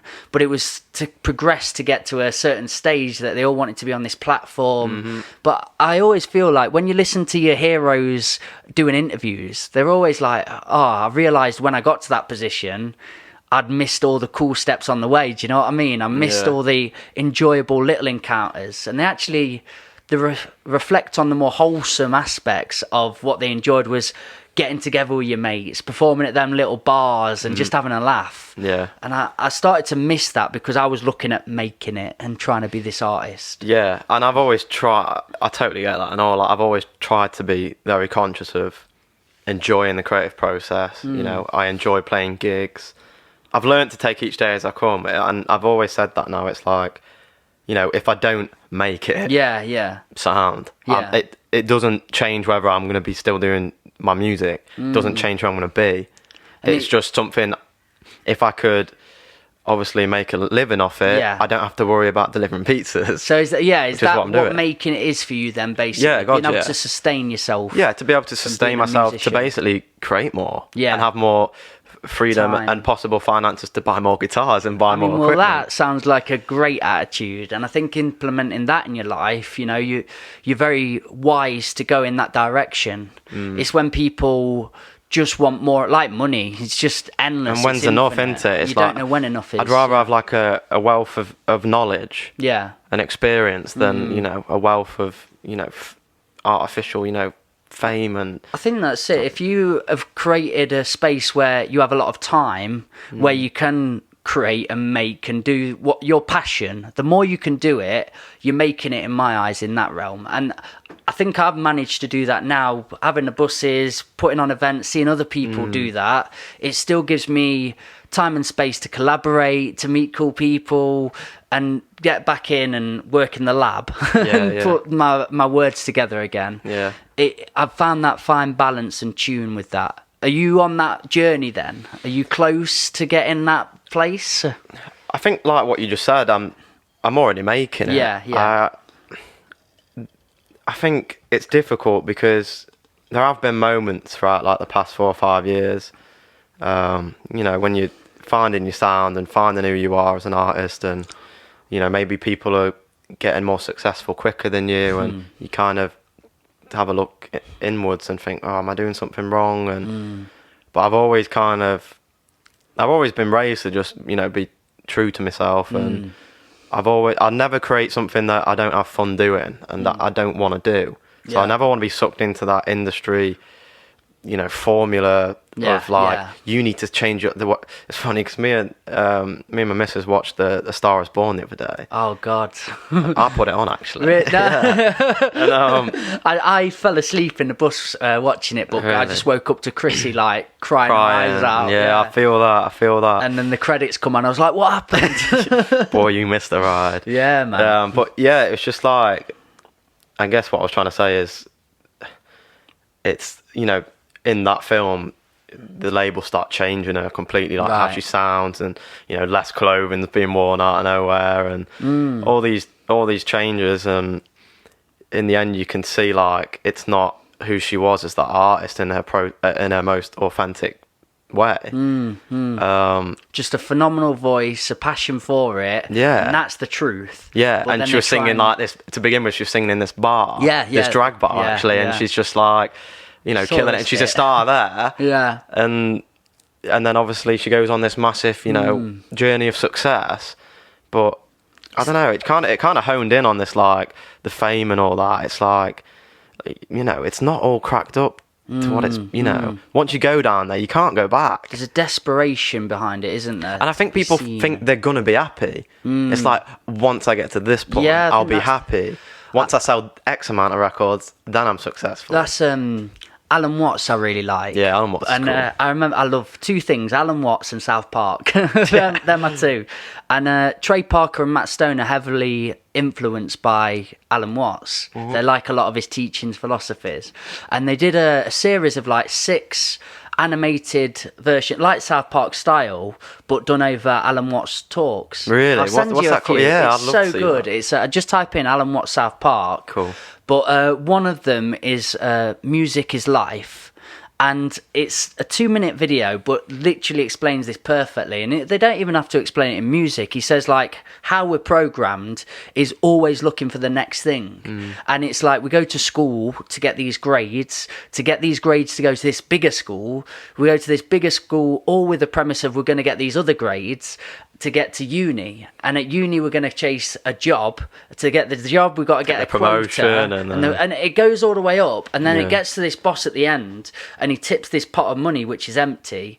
And they realise, like, the whole way through this process, they missed the dance on the way.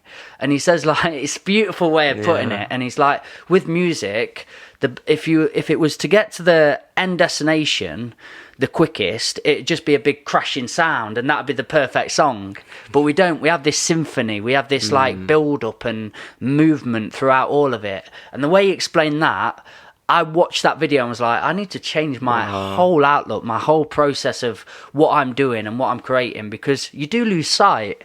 If you're always looking forwards, you just don't remember like the goal ahead of you and what you're doing in that moment. And I think that's the beauty of music and creating. It's creating itself. It's not like, don't get me wrong, it's always cool when you've worked on a song and you've spent hours mixing it or collaborating on it.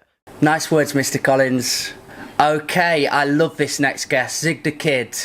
He had a refreshingly peculiar vision on how he saw life and how he saw his art, and it comes across really authentic.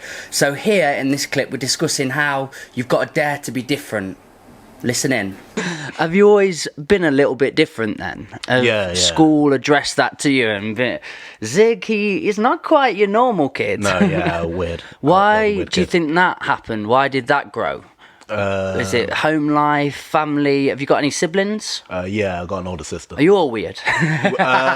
No, because they would like make fun of me for being weird. Like they would always say that I'm like not black enough. My sister would call me a bounty. A bounty? Yeah, because it's like brown on the outside and white on the inside. It's an interesting thought. Okay. And, what does she mean by that? What was she inferring to? She means like there's this expectation on how black people are supposed to be and how we're supposed to act and how we're supposed to talk and the things we're supposed to be into. And I don't talk, I never spoke like that or speak like that. I'm not into those things. Right. And I don't hang around that kind of crowd. Okay. And so pre-existing stereotypes and narratives. Yeah, exactly. And that was kind of like looked down upon almost. Really? Other black people would speak to you in that way? Sometimes, yeah. Like I got picked on by loads of black kids in school. Wow, that's fascinating. Yeah, like for not being fit in their for not being black enough. That's so. I swear on my life, I've never heard anything like this before. Because I've never had it for being white enough. But I'm pretty Birmingham, remember? Dudley, it's all my genetics. So I live the white life. But there's a line in a Earl Sweatshirt song that sums it up perfectly. He says, too black for the white kids, too white for the blacks. Wow, okay. So it's almost like I don't fit in. So did you feel very alienated throughout your existence as a kid and a young person? Yeah, like I said, I only had like those 3-4 friends that really fucked with me, and that was kind of it. Like I would still be able to get on somewhat with other people, but it was never like I never felt like that a spark, or connection, or like I couldn't fully fit into any other groups. Yeah, mate, this is probably why we're getting on so much, because I was a social butterfly that didn't know my position in life or where I stood.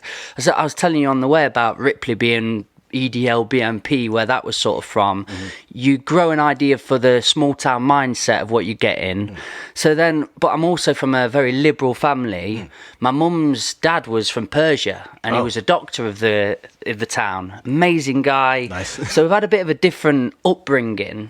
So when I go to school and they'd been taught in a certain way and treat people and boxes and have categories of people, I was like, can't we all just get on? Can't they all play football together? And I had this idea. So you'd be bullied for wanting everyone to be included. And it just felt a bit alien to me. So I'm very much on a level with where you're coming from. How's that a bad thing, trying to include everyone else? Yeah, but then be discluded in their own course because you're trying to bring them together. People disclude each other for the stupidest things. So do you think that's maybe why we negated to writing and being like poets or rap? Because we're always... Keep doing you, Zig Da Kid. Okay, here's a man with a heart of gold, Tom Grant. We travelled so many different roads in this podcast, and I love them all, but one of the most illuminating roads that we travelled was Tom discussing his life with Asperger's. Listen to this clip. I don't want to go into massive detail about that, but that's where I think my mental health, I realised it deteriorated, it started, and ever since then, I've had to be on medication for my anxiety. I've tried taking my own life, which, which a few people I know have tried to do, and... and I just, what stopped me was just realising what I had, not what I didn't have. And wow, man. It's all good talking about it, and you see people discussing it, and you hear people talking about it on the radio, and you hear about all the deaths and things.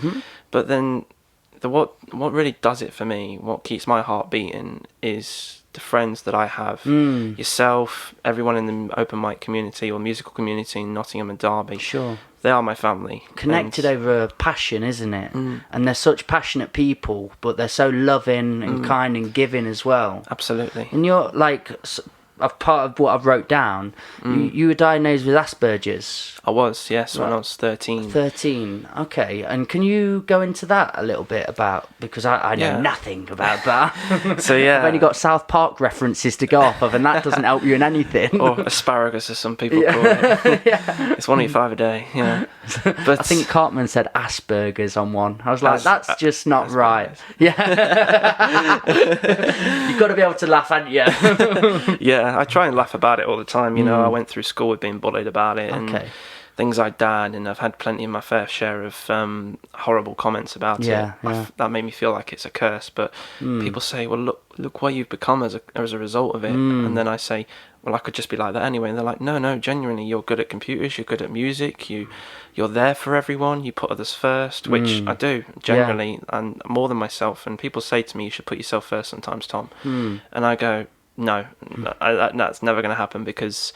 I'm always trying to make sure everyone's happy with me and I never upset them. I noticed it on the night that I met you at your solo night, your launch, and you were just constantly going around to everybody, making sure they're okay, making sure they've got what they need, going to them. And it's like, Tom, this is your night, brother.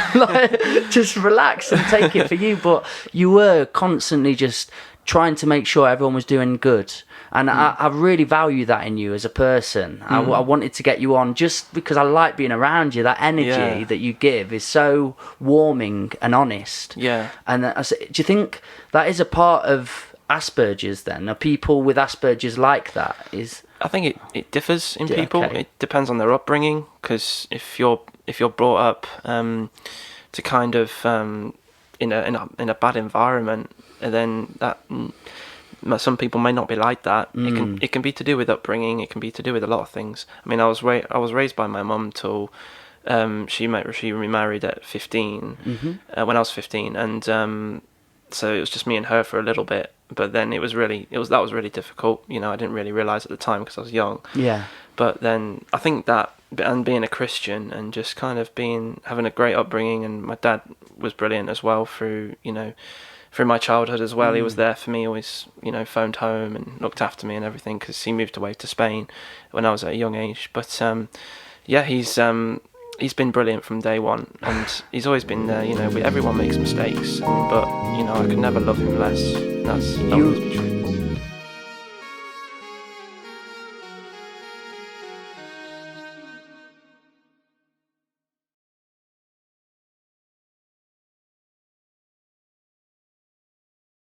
Cool. From one Tom to another, we've got a fantastic creative mind, Tom Dawson.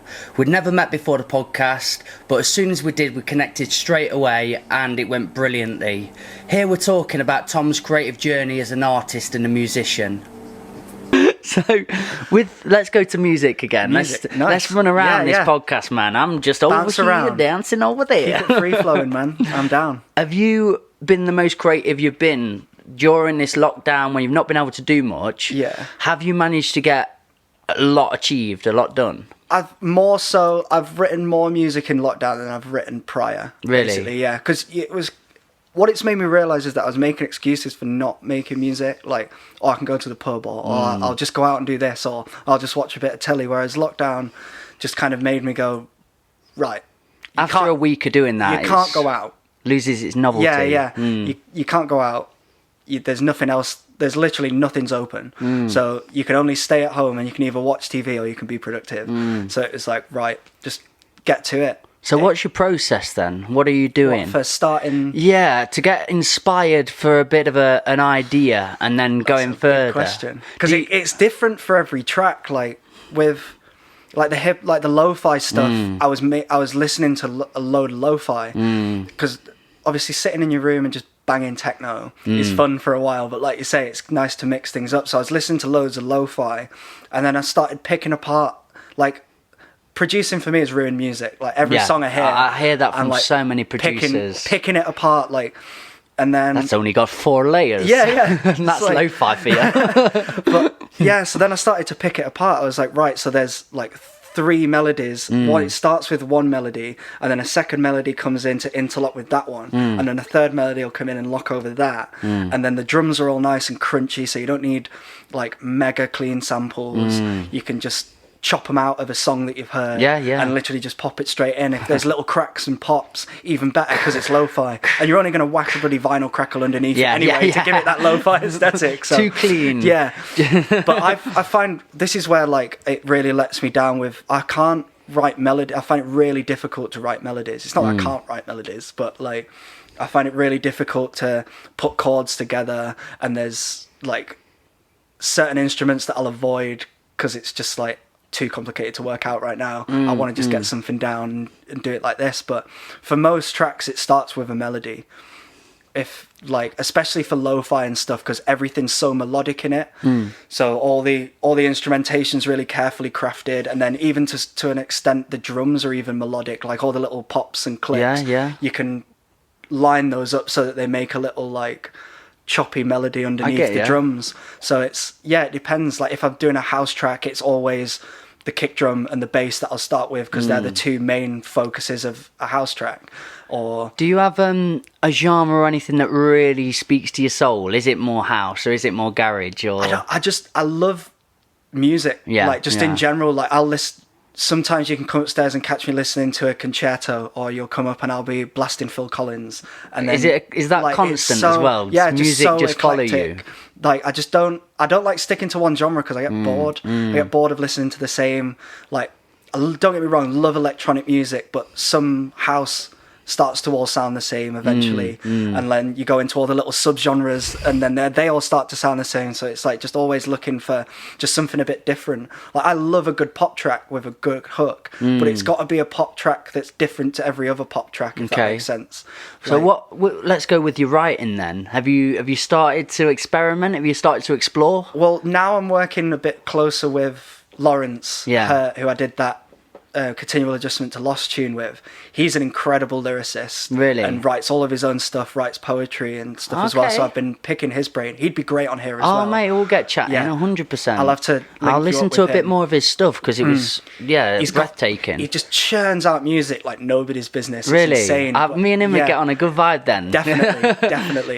Is he of the merit of just enjoys creating, just enjoys releasing? Like he's the same as me. Like worked in office jobs and done bits and bobs here and there, and just loves music. Has always been there. Would you say it's a passion project for you, or definitely, would you want it more so though? Is that in terms of? Would you like it to be a job, an occupation, music? Yeah, ideally, definitely. Or the dream is to pay off my mortgage with my music. Yeah, is that the dream? Yeah, because then as long as I don't want to be super rich, I don't want a yacht. It'd be nice. Yeah, don't get me wrong. It would be really what about nice. Scallops while you have to fly somewhere? Yeah, I'd really go for some scallops and some champagne. If you opened that door to me when I arrived and gave me scallops and champagne, I'd be moving in. But you just got a dodgy coffee. It wasn't dodgy. It was all right. All right. I've had worse. Cafetiere. But yeah, it's definitely a passion project. And when I was younger, and I was getting into producing music, like my mum and dad bought me my first set of decks for my 18th birthday. That was like my big present with my first MacBook and stuff. So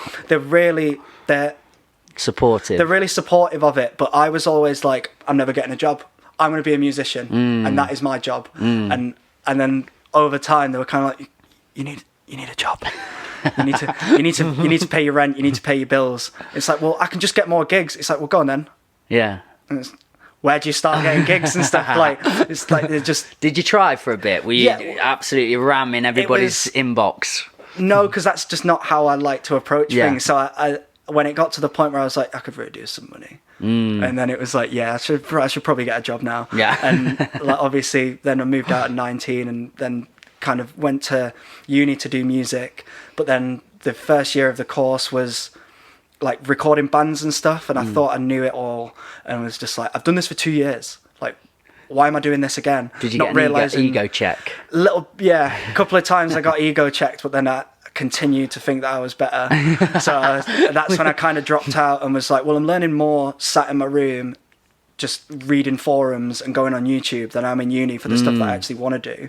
So rather than getting a really well-rounded education on how to work in a studio, which I probably should have listened to, I was just like, I'll just go home and roll a joint, and I'll just sit and make music in my room, and I'll learn better that way. And then I got a big reality check, and it was like, came to actually seriously making music a couple more years down the line, and I'm like, damn, I really should have stayed at that, really. But do you think so, though? Do you think if it had gone that way, because you don't strike me as that person that caters to that way, facilitates in that way.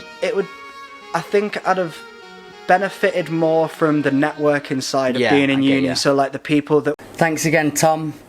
Okay, we've got a pole dancing genius here, Karrie Hammersley. She told me everything you need to know about pole, all the intricacies, and I enjoyed the hell out of this episode. Here we're talking about Karrie's first ever session in a pole dancing class.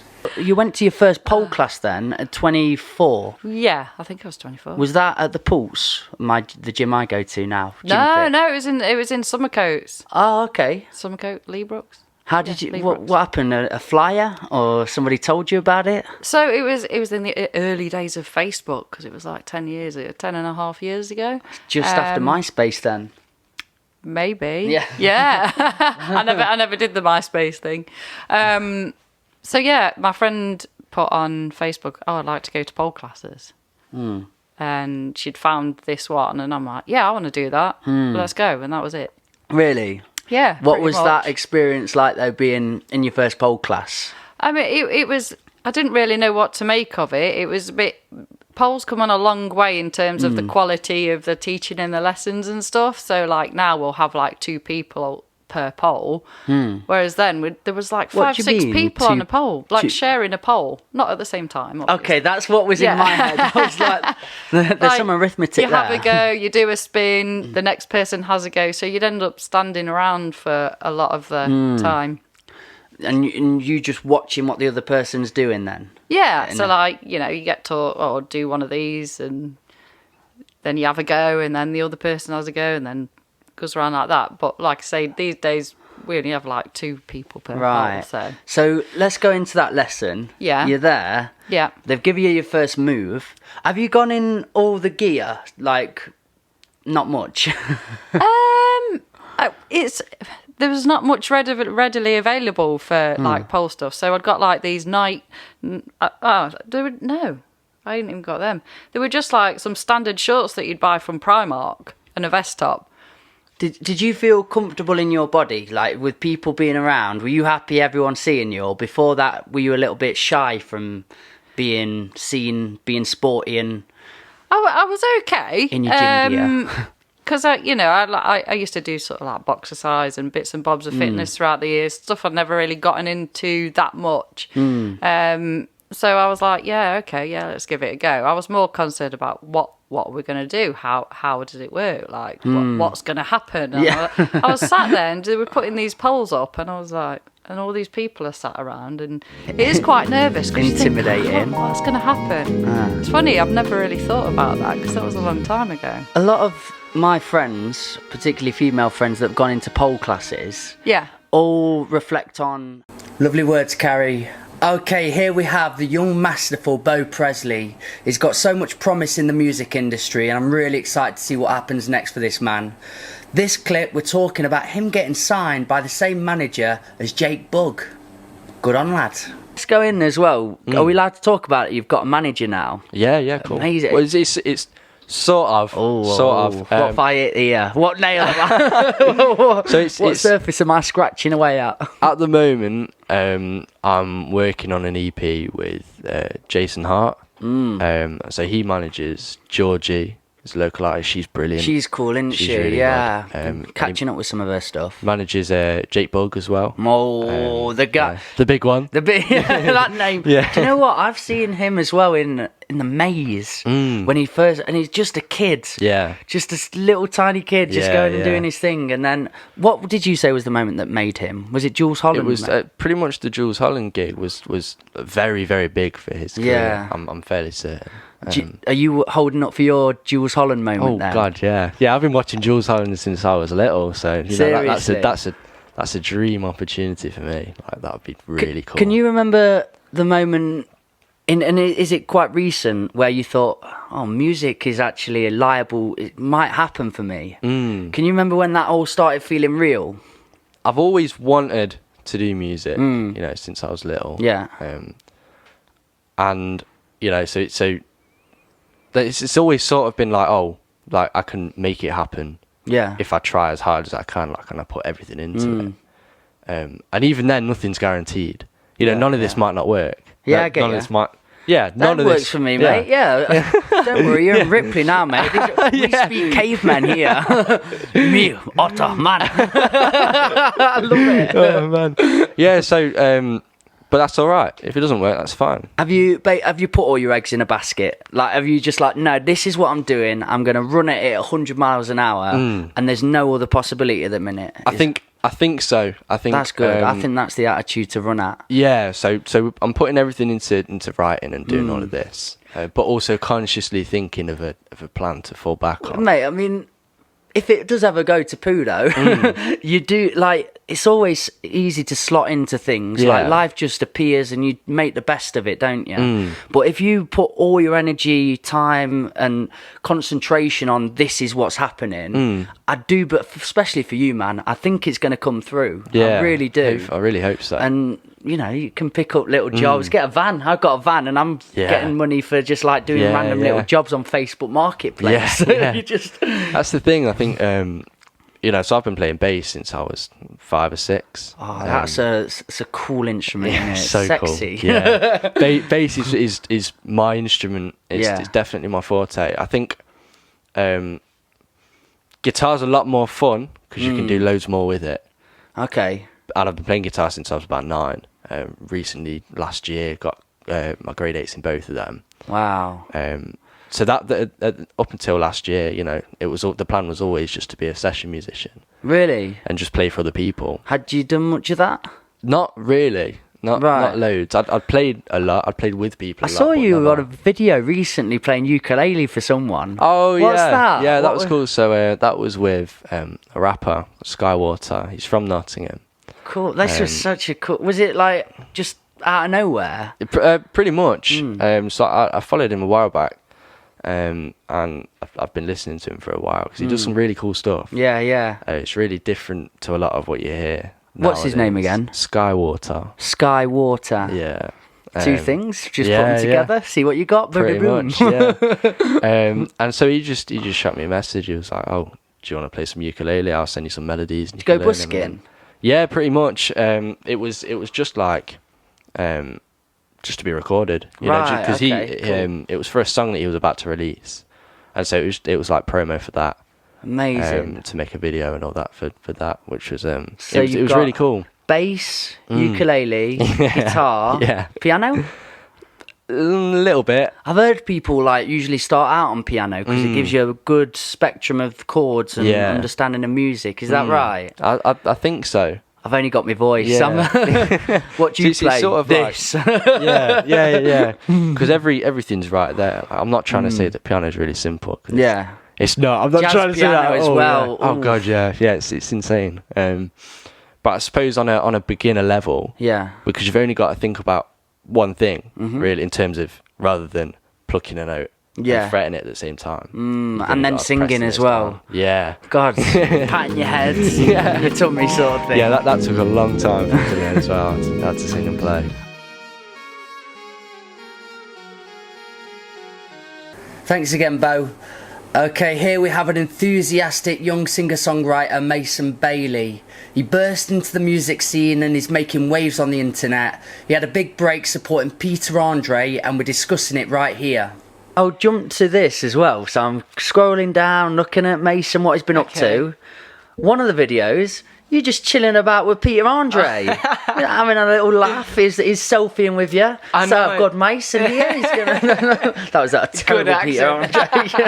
But can you give me an insight, man? What you supporting him? Yeah, so basically I did at the time I was doing a talent contest called Teen Star. Like, it's to start a kind of it's a UK thing. But Britain's Got Talent style. Yeah, just on a smaller level. Yeah. But yeah, I made it to the grand final of that. Like, dude. Funny, I don't know how, but I know how. But, you humble bugger. But I made it to the grand final of that, and then from that, my dad knows someone, and she got in contact with me and said, "Do you want to come do this Peter Andre tour? I was like, let me have a little think about that. Yes. Literally 2 seconds replied, 100%. I tried to act all like calm. Yeah, I'd definitely like to do this. But inside I'm like, yes. But so obviously she got me involved. I went for a meeting with the events team. And then they were like, you're going to do this show. And I was like, wow, this is amazing. And then obviously went and started being a support act. Like I sung before he came out. And dude, that was like... Were you backstage with him then? You were just hanging about? That was... where was that? I think that was like Great Yarmouth or somewhere in that video. And I see he came into our dressing room, like the dressing room I was in at the time.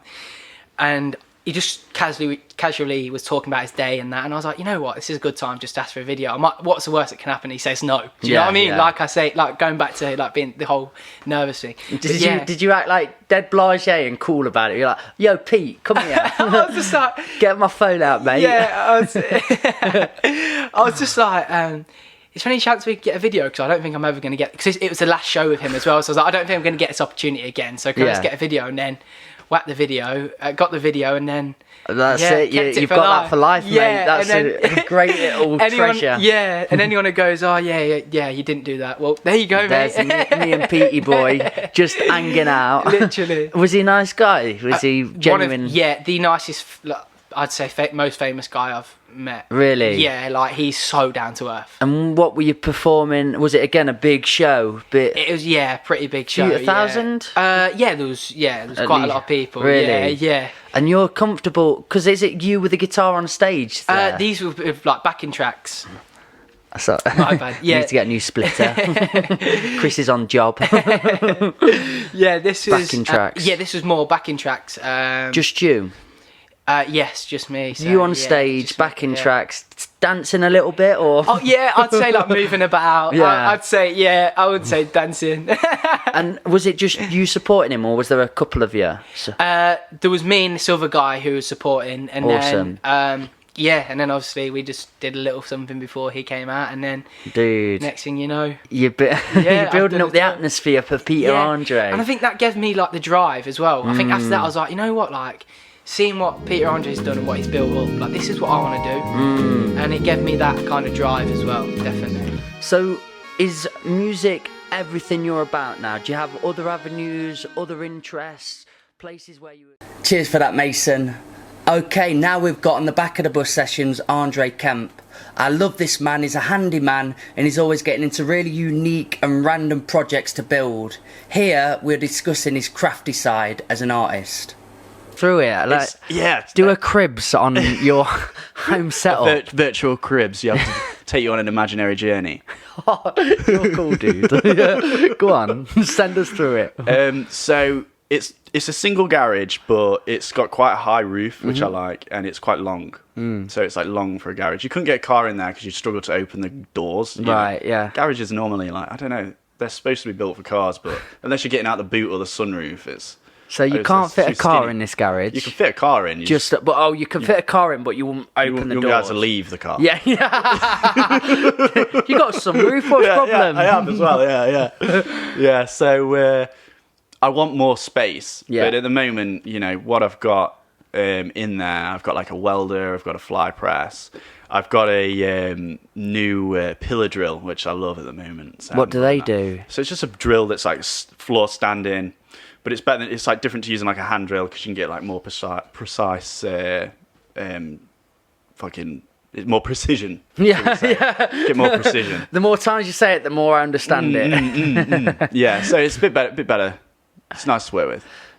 Like and then I've got literally, hand tools and stuff. As a kid, were you just fascinated by this, like hand tools, dangerous stuff?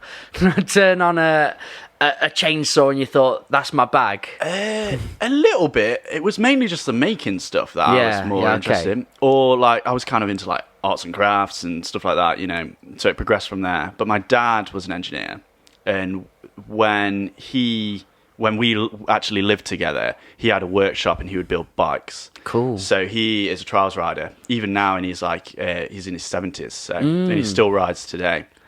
And would he have you helping make? I'd like just sit in there and watch. Yeah. So I think that sparked an interest. And then I never really thought about engineering because I was like, oh, I'm creative, I like making things, so I'll go into the arts. And that's where the film and TV stuff came from. I must admit, from doing the buses and, just simple things like taking out the seats, putting in a stage, seeing the electrics and helping out bits and bobs, all them elements, I am looking at everything in a different light now. When I look at like how something's been made, I'm sitting there and I'm like, okay, how's he pieced that together? And especially with carpentry, actually, maybe that's something in my soul speaking out. But I'm like, how's he actually drilled into that though? He must have gone at a certain angle. How's that fit? I want to build some playhouses for when my daughter's around. Oh yeah. And I keep looking at Pinterest, and it's great Pinterest. To get inspiration, isn't it? Amazing. Yeah. Got a shed load of pallets out there, and I just keep thinking I can build a stage, but how's about a swing? Yeah. Exactly. Do it. It's exciting, isn't it? People seeing just a pile of wood stacked up or something, and you can look at it and go, where could we go with that? What's next? And I find that is exhilarating, actually. It's like when you come up with a film idea. And it's like, right, let's step one, draw it out, plan it, map it. It's interesting to see it like that. For me, it was when I converted a van into a camper. Oh, come on, mate. So yes. that is similar to your bus. Yeah. These buses, two of them. Yeah. Yeah. Get it right. Come on. Don't you dare mess about with my old farm bus vision. No. But no, it's similarly to that. It was doing the camper, so that was like learning this, learning that, and then what sort of was it? VW? What was it? It was an LDV Maxus. Oh, there's one over there. Is there? Did you see it? They're terrible vans. Oh yeah, they are awful vans. Don't buy an LDV Maxus. Oh dear. Oh, my mate's trying to sell it, so you've just ruined him. No, so buy that one then. Yeah, buy that one. Yeah, they definitely aren't very good for waterproofing, I would say. Yeah, well, that was a big thing. Mine blew up a few times. Really? Yeah. What do you know what your journey was of yours? Like, do you know what it was before? Because his was a mobile library. A mobile library? Yeah, they used to go around with all these books and stuff. So I was like, how do you return them? The books? Or you just buy them? I think, yeah. Like mobile bookshop? Bookshop then. No. Library? I believe so. That's what it was you can buy books at a library too, right? Yeah. Or do they just rent them? It was a mobile bookshop then. I mean, he told me library, but when library sounds better, doesn't it? You posed that question forward, and I was like, maybe they just come back holy like shit, every it was a month bookshop. or something. What's that? Maybe they just do a return journey like an ice cream van. Yeah, but I suppose so. Like, it doesn't have to constantly be moving around the world, does it? It could have been in that location. Yeah. And it's just, that's library. better. Yeah. We've sleuthed it. We've figured it out. Mobile library. That's sick. Just because it's on wheels, we're like, oh my God, what about when it was in Australia? Well, how would they have got the books there? Yeah. Sorry, my book's late. You're out of the country. Yeah. So, I'm guessing a similar vehicle. So, did you get it in a tip state, or what was it like? It wasn't great. It needed some work doing, which is why I bought it cheap. So I bought the van for, I think, 1,125 quid. Okay. So pretty cheap for a high roof, long wheelbase. It's how much I've ended up paying for my bloody Citroen. Yeah. Eventually. Vans get expensive. So. Yeah, man. So I bought it pretty cheap, and then did a load of work on it and stuff. I sold it for like 10 grand, so it was pretty. Wow. Pretty nice. Okay. Made some profit. That's exciting. So, but you said it was a shit van. So have they taken on a shit van? No, it was fine by the time I sold it to them. Yeah. But when I owned it, it broke down a few times. Do you know the history of it now? Do you know what it's gone on to do? No, I've got no idea. Yeah. I've got no idea. You've not had anybody come with a pitchfork. I don't want to know either. No, exactly. Sorry, guys. But did you just rip it all out straight away? Yeah, ripped it all out. Did a load of like body work on it and stuff like that. Cool. Gave it a full respray, and then kitted it out inside and out. This is not something in my life I thought I'd ever be excited about. Honestly, as you get older, it's weird, the little things that excite you. Like, even this hardcore floor. Yeah. the whole week before, I was like, I can't believe it. I wanted this for ages. I'm going to hardcore the floor. I might even get a go on the dumper truck. Yeah. Might put up some shelves later. Yeah. But it really does excite me now, and especially when it comes to the term of like converting a van. Oh yeah. Oh man, all the possibilities, and going on like the Facebook sites and stuff, pages, the groups. Oh yeah, mate, so much inspiration. I love them. My next is a double decker. Thanks again, Andre. Okay, another very good friend of the Old Farm Bus here, Matt Turner. In this clip, we discuss his business, who he runs with 2 other friends, Pin-Up Media, go check him out, is thriving in these hard times. Nice one, man. When was the last on? I'd say it was probably a month before lockdown. Yeah, easy, wasn't it? Definitely. Yeah. It was summertime because it was boiling on here. Oh, I remember. It was vibing. We're coming over. I think I had a vest top on. Yeah. Sweating buckets still. Sunglasses. I can remember the shot, mate. It was lovely. But then everything just collapsed. Yeah. I don't want to be all a mood hoover here. And everything went down from there, all south. But have you been all right, mate? How have you been keeping? Yeah, I've been sound, really. Pin-Up Media? Or is it Pin-Up Studio? What do you call it? Pin-Up Media. Pin-Up Media. Pin-Up Media. Lockdown was the best thing for Pin-Up Media because I was just going to say, did you 3 just get together and go, right? Yeah. Recollab, lads. Yeah. Well, we didn't really know where we were with anything, but the fact that we had loads of, bags of time to ourselves, we thought, let's, actually make something of this thing that we've been talking about creating for years. So, just using the time that we had, built it up and like made all of the, the channels and things like that.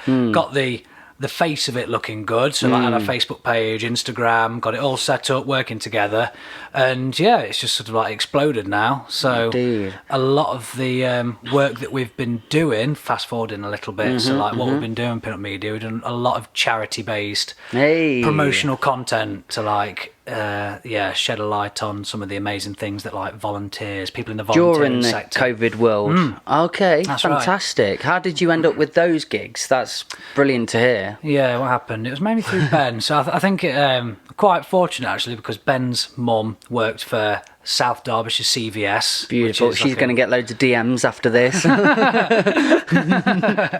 And she basically hooked us up because they were looking for a media company. They'd been given a government grant to essentially create a video on how they've managed during lockdown and how they've adapted to the whole COVID situation as a volunteer hub, based in Shardlow. So we put a bid in and got it. Fantastic. So we were chuffed to bits with that, and then we spent about 5 days of shooting just covering all the bases of what they've been essentially doing. So they had a food bank that was set up in a church. Wow. And we spoke to the reverend, and it was really cool actually. The reverend. Is it the 3 of you going round and seeing all this as well? Yeah, that's right. Yeah, wow. And the main challenge was you, Ben, and Rob. That's it. Yeah. Brilliant. So the 3 of us, like the first challenge was like trying to make a video and adhering to the whole like social distancing thing. It was an absolute nightmare, but. We've just donned all our PPE, sort of like, had plenty of like hand sanitizer, and luckily the church was enormous that we filmed the video in, so we could easily keep that like sort of distance. But it came out really nicely, and it was incredible. Did you look like the Ghostbusters? Yeah, full hazmat gear. Yeah, over there, Ben.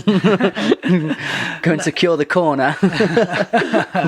Yeah, man, it was really cool, and we ended up, because their stories were so heartwarming and they were such genuine people, and the amount of effort that they'd put in to just help out other people, literally just speaking to people who are running a food bank, they're doing it all off their own back.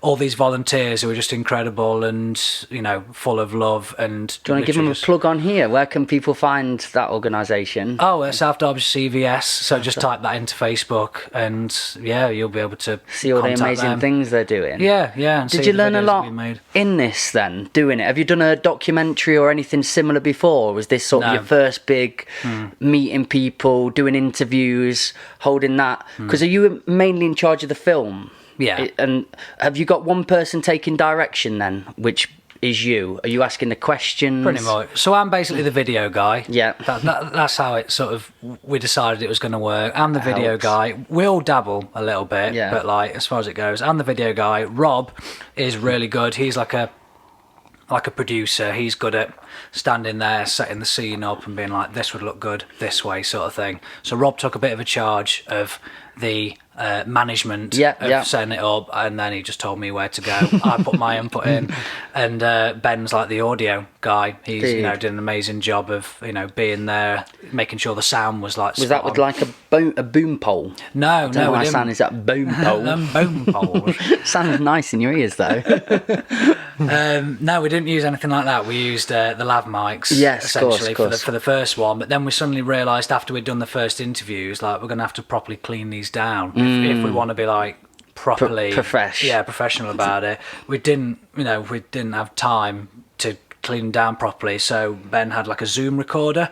So for the rest of the videos that we did for them, we essentially used like a Zoom recorder on the table, which still sounded good. Like you can't beat that close mic in. Can you really hear the difference in the two? But we were very impressed with just like having a little recorder on the table. I must say I'm envious of you guys. I think I've said that before in the last podcast about you being on stage with your band and watching your vibe, but also just having a team there to support you. Because I've done I think 3 documentaries now. When I don't say that in a high profile term, they're amateur documentaries. I did one on a rave, another for ITL, which was a charity again, helping children deal with loss of a parent and a close one. Yeah.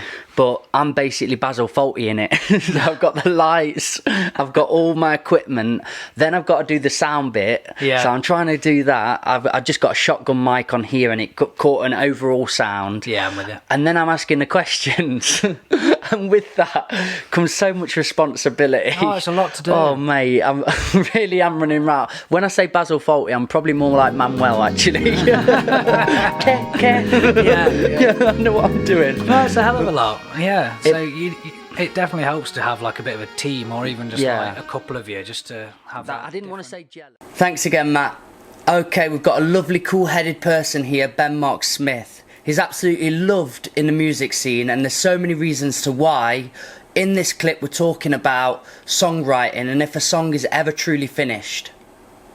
If I was sensible, it'd probably be like singles that you'd look to, because with singles, it's like you're just promoting one thing and everybody's shooting to that one thing. Put an album out. I put an EP out like a while ago. You can get a bit lost, can't it? Some of the songs and your favourite songs as well. Your best ones. You're like everyone's gone to that one. Yeah, God. Exactly. Everyone's listened to the first 1.5. Yeah. And then they've got, even if it's a great album, like it happens. Like you can put out Dark Side of the Moon or whatever, and people will still get bored halfway through, and the last half of the album gets like forgotten about. It's like you with an album, you're trying to give somebody a full experience, because as the artist, you've got to think about the emotions you're giving out, the energy levels. I got Fat Freddy's Drop set list. I went to see their gig last year at Knott's Rock City.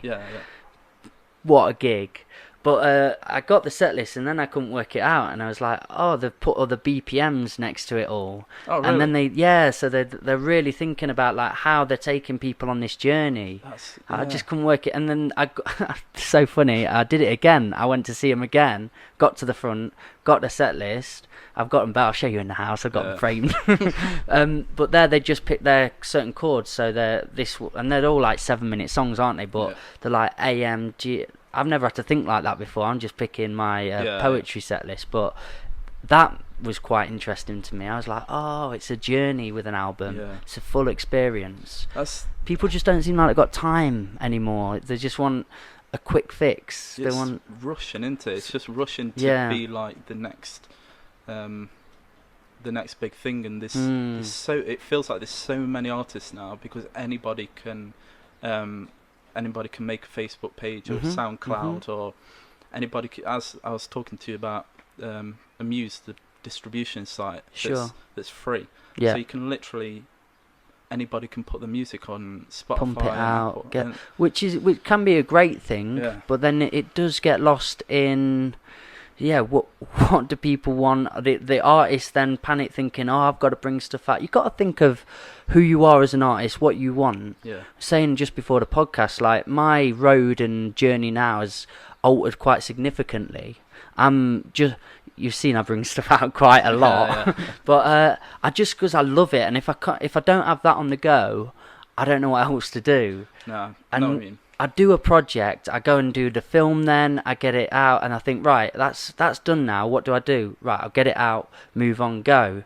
But it's also, I'm not thinking as a businessman in that sense, because I feel like I've enjoyed my time in that world, and now it's a passion project in essence. Yeah, and I think those people end up like happier at the end as well, and you kind of get more. You get like, that's the way you get genuine fans, like when they can tell you really love it. I feel like I may be wrong, I don't know, but I play on like the small festival circuit like quite a bit, like festivals like A Up My Duck, and there's ones like Something to Smile About, and these festivals have kind of a regular turnaround of the same few musicians that everyone love, and they've never like gone massive. Push. But they still are trying to like build an audience and stuff. But it's more about like treating like the fans right and doing the festivals that they want to, rather than making these whole like social media campaigns that reach as many people as possible and putting songs out at the perfect time. It's like they write songs that they truly like. I tell you what, it's weird when you watch somebody go from hero to zero, or the other way around, zero to hero. I mean, they deserve it, but do you know the Rival Sons? Okay, here we are at the last guest. We're going to finish off with a little bit of music now from one of the first guests on the podcast, Nick McCann. What a lad. Nick's brought his guitar in, so I was very excited when that came out the bag. You're always excited when I get it out the bag. Yeah. Well, PG Nick, PG. Now, Jake. Don't change my words. Okay, yeah. So if I'll you give could you a hear quick little spin of it, trying to figure out. I usually have a loop pedal for it, so this will be interesting.